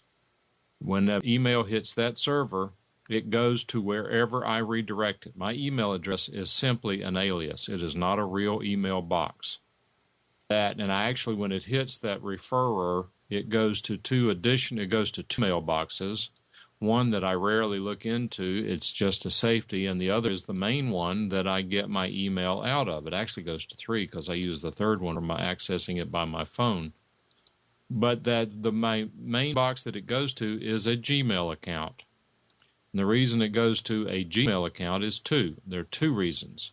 The first is that it has the benefit of Google Gmail's Postini spam filters, The best which, one. in my opinion, are the best in the business. Yep. The second thing is you have 15 gigabyte email box. What that means is that when that email goes to my Gmail inbox, I then pop it out of that Gmail inbox, which means that when I delete those messages or do anything with them in my Outlook email account, it has no effect whatsoever on those emails that are in the Gmail account. I have almost every email I've received that was not spam since 2004. And it's not sitting here garbaging up my computer. If I lose my computer, my hard drive, my PST file, it's irrelevant. Well, it's not totally irrelevant because I have some other pop accounts that I check on my own server, which they're not publicly used anywhere, and I have, but that stuff is not really. And if I lose it, it's not banking or anything like that. It's not a big deal. No, you don't want to lose it, but you're not going to lose sleep over it.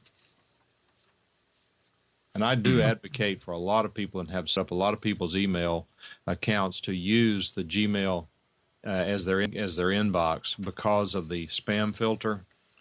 And while we're at it, if you decide to do that, you should set up your email client to send email through your own SMTP server. Do not try to send through Gmail server because, for example, if I were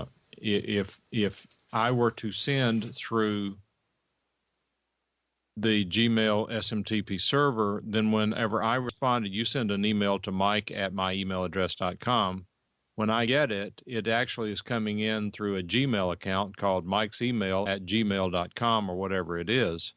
When I reply through their server, through an anti-spam measure, it would say, from mike@mikesemail.com via Mike's Gmail@gmail.com, whatever the addresses are. It would have that long nonsense as to who the sender is.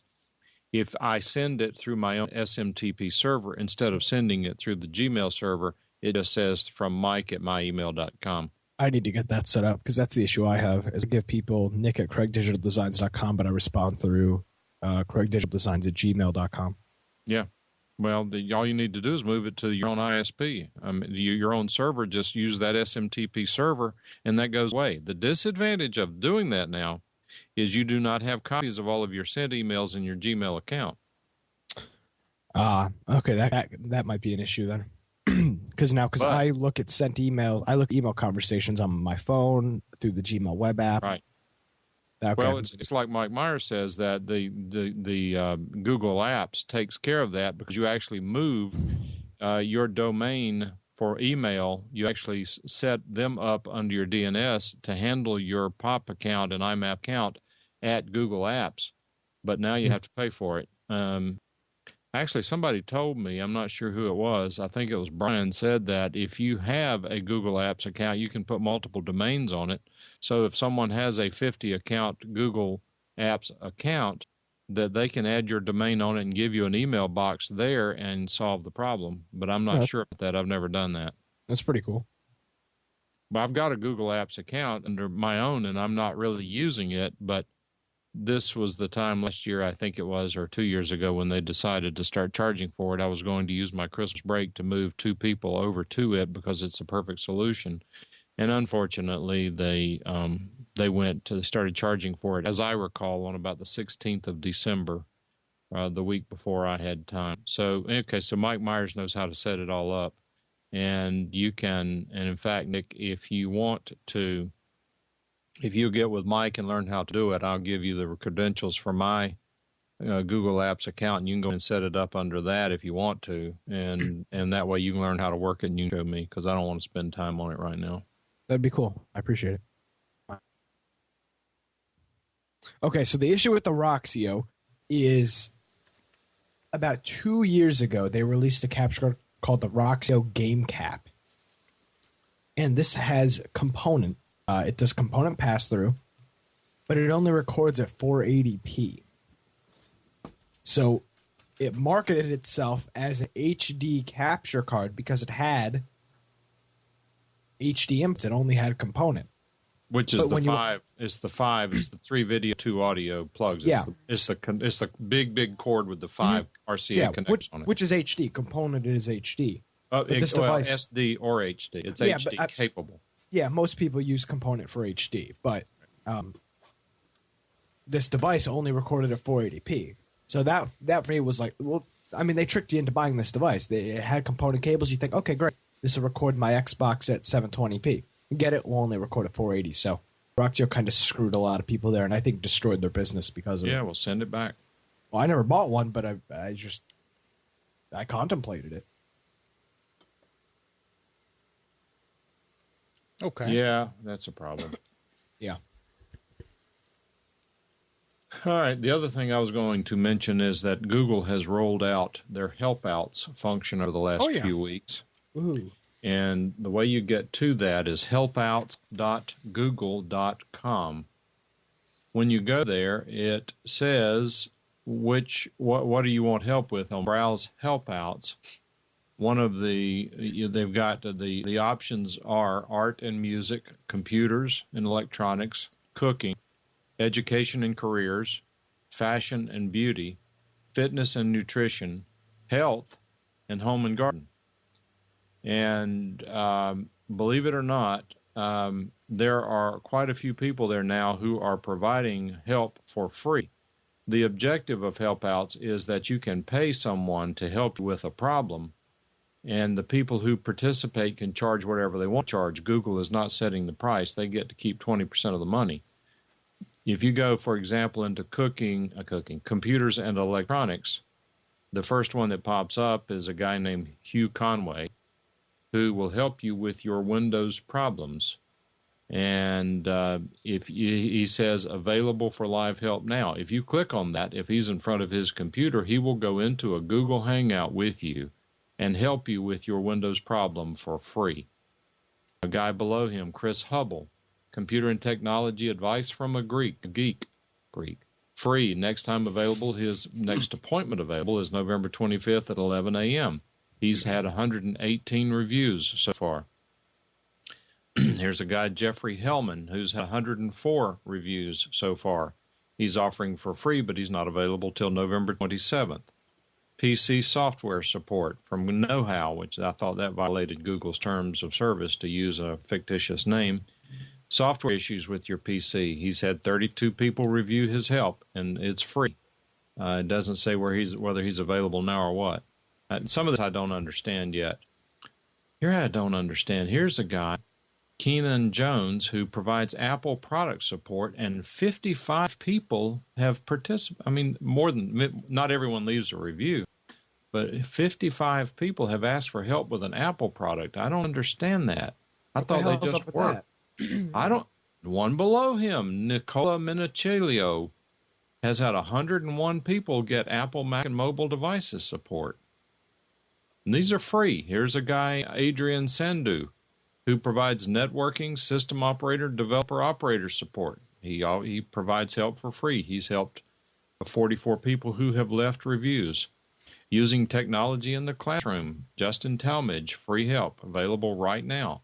iPad integration and support. Randy Thomas, available free right now. $10 for 15 minutes.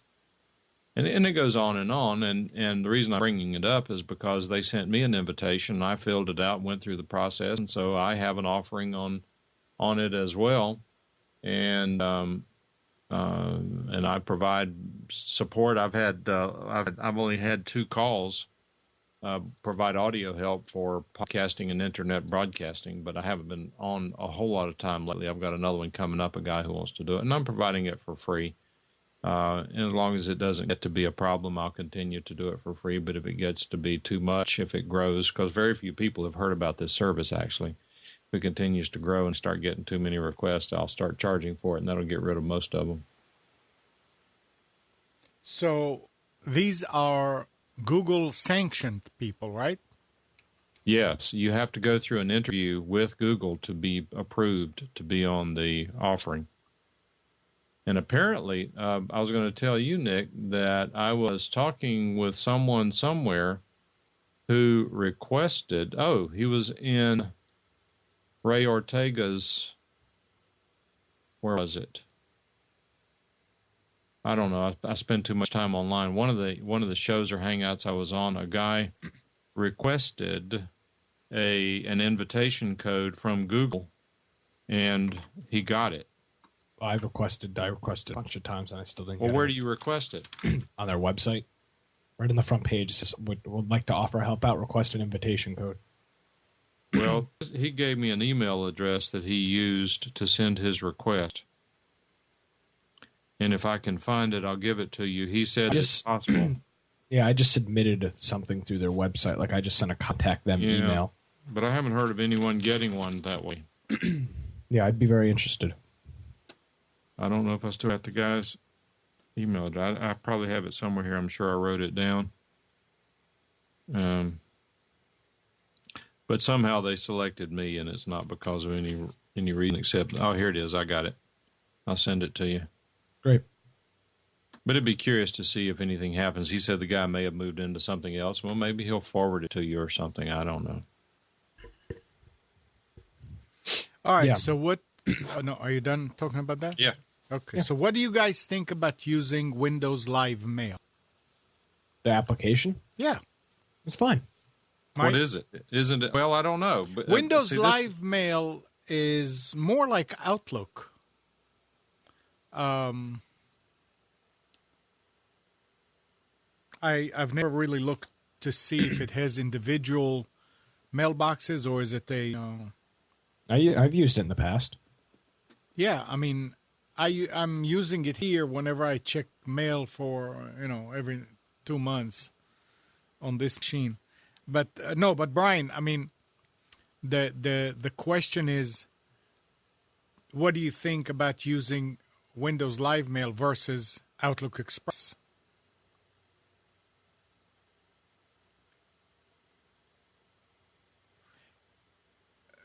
Dan is saying that Windows Live Mail is part of Office 365, and they also have Outlook, don't they? Or is Outlook not part of? Maybe they're pushing you toward Outlook.com? It's the one that replaced Outlook Express, Correct. and from what I understood, it was very much like it. You install it today, and it looks just like Outlook. It's got the ribbons and all that kind of stuff. I don't know about all that. Have you used it? I've got it installed on the VidBlaster machine, but I mean, I don't get emails here. So okay, Brian is right. Of course, it's part of the Windows Live package that you can install on your PC for free. Right. That includes the Windows Live Movie Maker and some of that other garbage that they lost me on. But the reason I'm asking this question is, Mike, I agree. Sooner or later, I'm going to have to stop using Outlook Express. I don't want to use Outlook. Only if you get away from XP. I mean, there's no reason it should stop working. Yeah, but you can use live mail on XP. Well, I understand. And I mean, I'm eventually going to have to get rid of Outlook 2003. I think that end-of-life support for it is either already occurred or it's going to happen shortly. But again, I've got my office laptop here that we use the latest, well, not the latest, we're Office 2010, and I can do anything on that I want to if I need to do any of the updated stuff. But for just email, Outlook 2003 works fine. Thunderbird works fine. If I had to get rid of Outlook and go with Thunderbird, I could do that. There's also another program out there that is very Outlookish that I use for some other accounts that so far I like it really well. It's called EM Client, 2 words, EM Client. And for someone who doesn't want to buy Outlook or who doesn't want to go the Windows Live route, then you can download this EM Client. It's a little different, but that's sort of to be expected. Let's see if I can find it. See if that, I don't remember what the website is. Did you use it? I'm using it, yeah. And it's emclient.com. There may be a paid version, I'm not sure. And yes, Brian says that EM Client works with Gmail and Exchange servers. And I've got about 50 email accounts because I put different mailing lists on different accounts because I sort them and so forth. And if you want more than 2 accounts in there, you have to pay for it. I only have 2 accounts in this particular one because I was just testing it. But it works. I mean, I haven't spent a lot of time with it, but it's kind of like the new version of TweetDeck. I really liked the old yellow TweetDeck. The new blue version is garbage, but I'm getting used to it. Okay, so wait a second now. Brian, why would you use EM Client and not Windows Live Mail? Or is it 6 of one, half dozen of the other? Well, because for one, Windows Live Mail probably may not interface with Gmail, and it certainly doesn't tie into Exchange servers. That's reserved for their paid Outlook product, would be my thinking. Oh. Remember, Brian does a lot of business work. Yeah. And also, yes, and he's correct that EM Client is emulating Outlook in that it is a contact information manager as opposed to just an email client. It has the contacts, calendars, those sorts of things built into it like Outlook does. Wait, it says it connects with contacts and calendars. That's, I'm assuming what he means, connects to Exchange. Well, no, it also has its own built-in.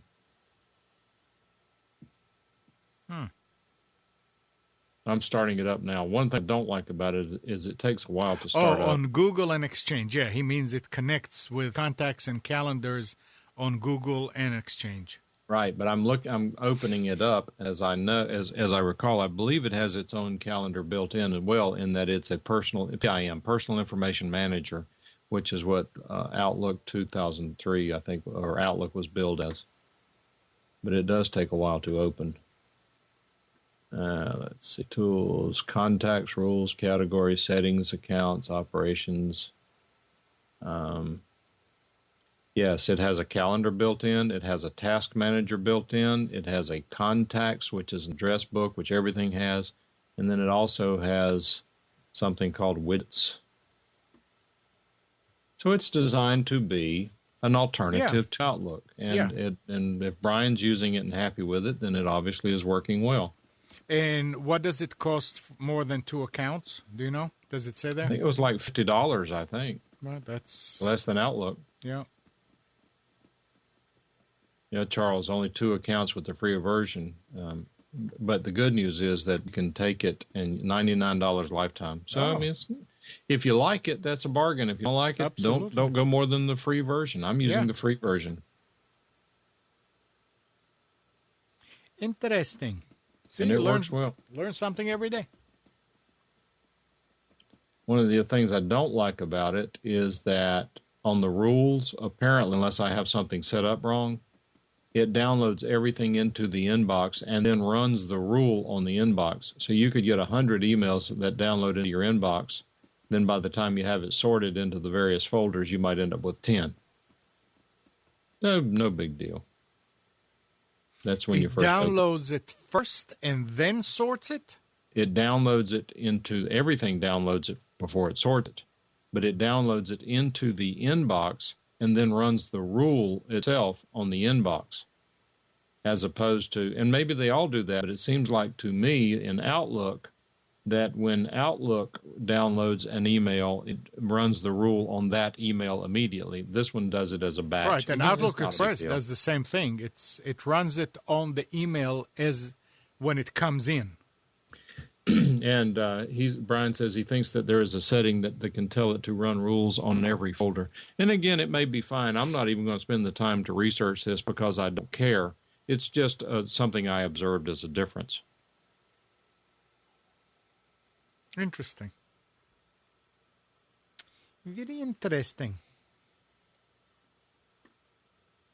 Runs rules in order. Okay, not a sweat. I can handle it. So, are we done here? I don't have anything else except to let people know that that Microsoft scam. I'm calling for Microsoft, and your computer is new surge of callers posing predominantly as Microsoft technicians are attempting and sometimes succeeding in scamming customers, convincing them their PCs are infected and directing them to install malware-ridden software or give the caller remote access to the computer. The fraudsters also solicit payment for the fake services rendered, and it comes only a year after the FTC crackdown on fake tech support calls, charging 6 scam operators last October. Remember one thing. They will tell you, I'm from here or I'm from there. It doesn't matter. Mainly from Microsoft. And your computer has viruses on it, and we need to take care of it. Nobody, but nobody, period, is checking nor interested in the fact that your computer is full of viruses except you and your antivirus and maybe your ISP. Microsoft is not going to call you. No. Neither will your ISP. Neither will your ISP. Your ISP will send an email. I mean, if I know that somebody lets me know that somebody sends them, then I'll send them. This didn't happen in years now. But do not fall for these. Uh-oh. What happened to Mike? Mike, are you with us? He dropped. I'll be back. It's a situation where you do not need any help from anybody out there. The only thing you're going to get is viruses and loss of money, probably files, etc. So if you get any call, says we are from whatever company, and you need to install this, or can you give me access to this, or hang up. And this is a great point, because if you have an elderly family member who uses a computer, as soon as you hear us say this, call them and tell them the same thing we just told you. Absolutely. Tell it to everybody. Well, the kids are generally not going to have a credit card. It's the same thing as those emails that say this is the bank and you have to confirm your username and password. No, they don't do that. Nobody does that. So you really need to be careful with this. It's can't stress it enough. All right. So are we done? Boy, just in time. Yeah. Oh. I want to say one other quick thing about my DM client. If you don't like the new layout of Outlook with all these ribbons and crap on it, right? To me, Brian, if you're still listening, I just noticed by looking at it, EM client really emulates Outlook 2003. If you like the plain, simple look of Outlook 2003 instead of all this crap they put into 2007, 10, and 13. Where you can't find everyone. Yeah. No, let's see. Amnon, she wants to know if you've tried Armor I did Edge. not get it yet. I was planning on going today and get it over at AC Moore. She was going to bring you some. I said, nah, he's probably already. No, don't worry about it. I don't have anything to really put it on right now, but I want to get it. And Brian says you can customize your color schemes, but can you add ribbons and make it look like 2010? I hope not. Because it's a nice little email client. I mean, it's and particularly if you're only using one or two email accounts. And will it import stuff from Outlook Express? I don't know. Outlook Express. Brian, do you know? I don't know. Oh. Brian says, I asked about the ribbons, and I said, would it do ribbons? He said, I don't think so, which tells me that it's emulating 2003 instead of the later versions. And the answer is yes, it will import from good. Outlook Express. I can't stand programs that will not do something from, But the beautiful part with it being free, Amnon, just download it and play with it. Absolutely, yeah. No, that's the thing. Report back to us next week. But it's catching on. You know, there have been a lot of wannabes coming in trying to get the email market. And these guys have gotten a lot of traction where others haven't, probably because of the Gmail and the Outlook integration. Mm-hmm. Not Outlook, Exchange. Yeah, and now, I mean, like yesterday, I got a call from a tech who's working with one of my customers on integrating them into Outlook, Outlook.com. And it's a doctor, and they need encryption. And boy, they do that. He needed all kind of things added to the DNS as far as different hosts But it was interesting, and I asked him, what is all this? He said, because he has to have encryption. Mm-hmm. And apparently they do that. Now, I don't know if this is just Outlook.com or if there is an Exchange server somewhere. Well, you can do line. both. Outlook.com, I have some accounts there, and I will tell you, Outlook.com is worth looking at if for some reason you don't want to use Gmail, which I don't know what it would be, but if there may be some reason you don't want to use Gmail, Outlook.com, they're doing some interesting things over there. The accounts are free, and I believe it is Outlook.com. I could be wrong. I don't want to say this because it's probably wrong, but some of these services are doing push notifications to your phones, so that you get your email seconds after the server receives it instead of when your phone polls every 15 minutes. Right, yeah, we do that too. You push? Yeah, if they want to. I didn't even know you could do that now without IMAP. Or is it IMAP? It's not, it's POP. Interesting. We'll talk about it later. But I'm looking in export function, for example, an EM client. You can export to EML, VCF, ICS. I'm not that interested in export. I was interested in import. Well, what I don't know is where the backup is. Well, maybe it's Brian, fine. Let's do this next week. I don't want to keep going now. Yeah. But I'm now curious. You know what I'm going to miss big time if I switch? Having to back up every hour. The backup program that the easy, what is it? The one you told me years ago.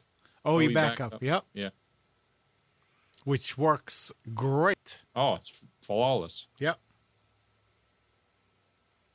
Maybe we need to go on their website and see if they upgraded to and have more options to do it with other. No, because now the modern clients allow you to back up your own. You don't need a utility to back up. They were solving a problem, and whenever Outlook Express was essentially deprecated, they made this Outlook OE backup free. They gave it away for free. They used to sell it, and I think I purchased it, but then they made it free. Yeah. But Outlook Express's day is done. It's time to move on. You got your money's worth out of it. Yep. Nick, anything new at CraigDigitalDesigns.com? Nope. Nothing new. No threats of any lawsuits or anything? No. I think I'm going to be rolling out my website backup services in the upcoming weeks, so I'll be offering that soon, hopefully. Tell us about it next week. And Nick does website development, and he specializes in WordPress. He knows it inside out. And, of course, Roku apps. Oh, yes. All right. Well, if that's it, then we'll finish here. Have a good Thanksgiving, everyone. Yep. Thank you. You too. And good morning, Kathy, Hannah, Nabil, Mac, Norm, Katie, and Donna.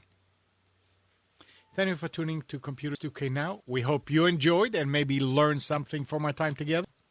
Remember to practice safe computing. Back up your hard drive and update your virus center. We'll be back here next Sunday at 9, but you can always reach us at computers2know.com. Tonight at 8 o'clock, it's Carrie's Psychic Cafe here. Tomorrow morning at 11, it's the Health Inn with Debbie Brock and some others that you hear about in a moment.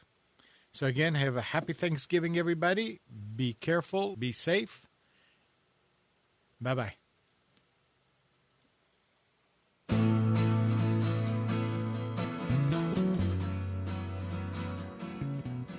You are tuned to the Nissan Communications Network.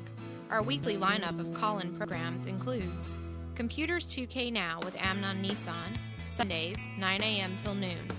Carrie's Psychic Cafe with Carrie Silkowski, Sundays, 8 till 9 p.m. Health Inn with Debbie Bruck, Mondays, 11 a.m. till noon. Breaking Free with Marilyn Shannon, Mondays, 1 till 2 p.m. Lessons of Vietnam with NCVVI members the second and fourth Wednesday of each month from 7:30 till 8:30 p.m. Reawaken Your Brilliance with Julie Seibert, Wednesdays, 9 till 10 p.m. And if you tuned in too late, you can always watch each program in its entirety or download an MP3 audio file of it at www.nissancommunications.com. Sponsored by ThatVidBlasterGuy.com, CarolinaApparel.com, and DeltaForce.net.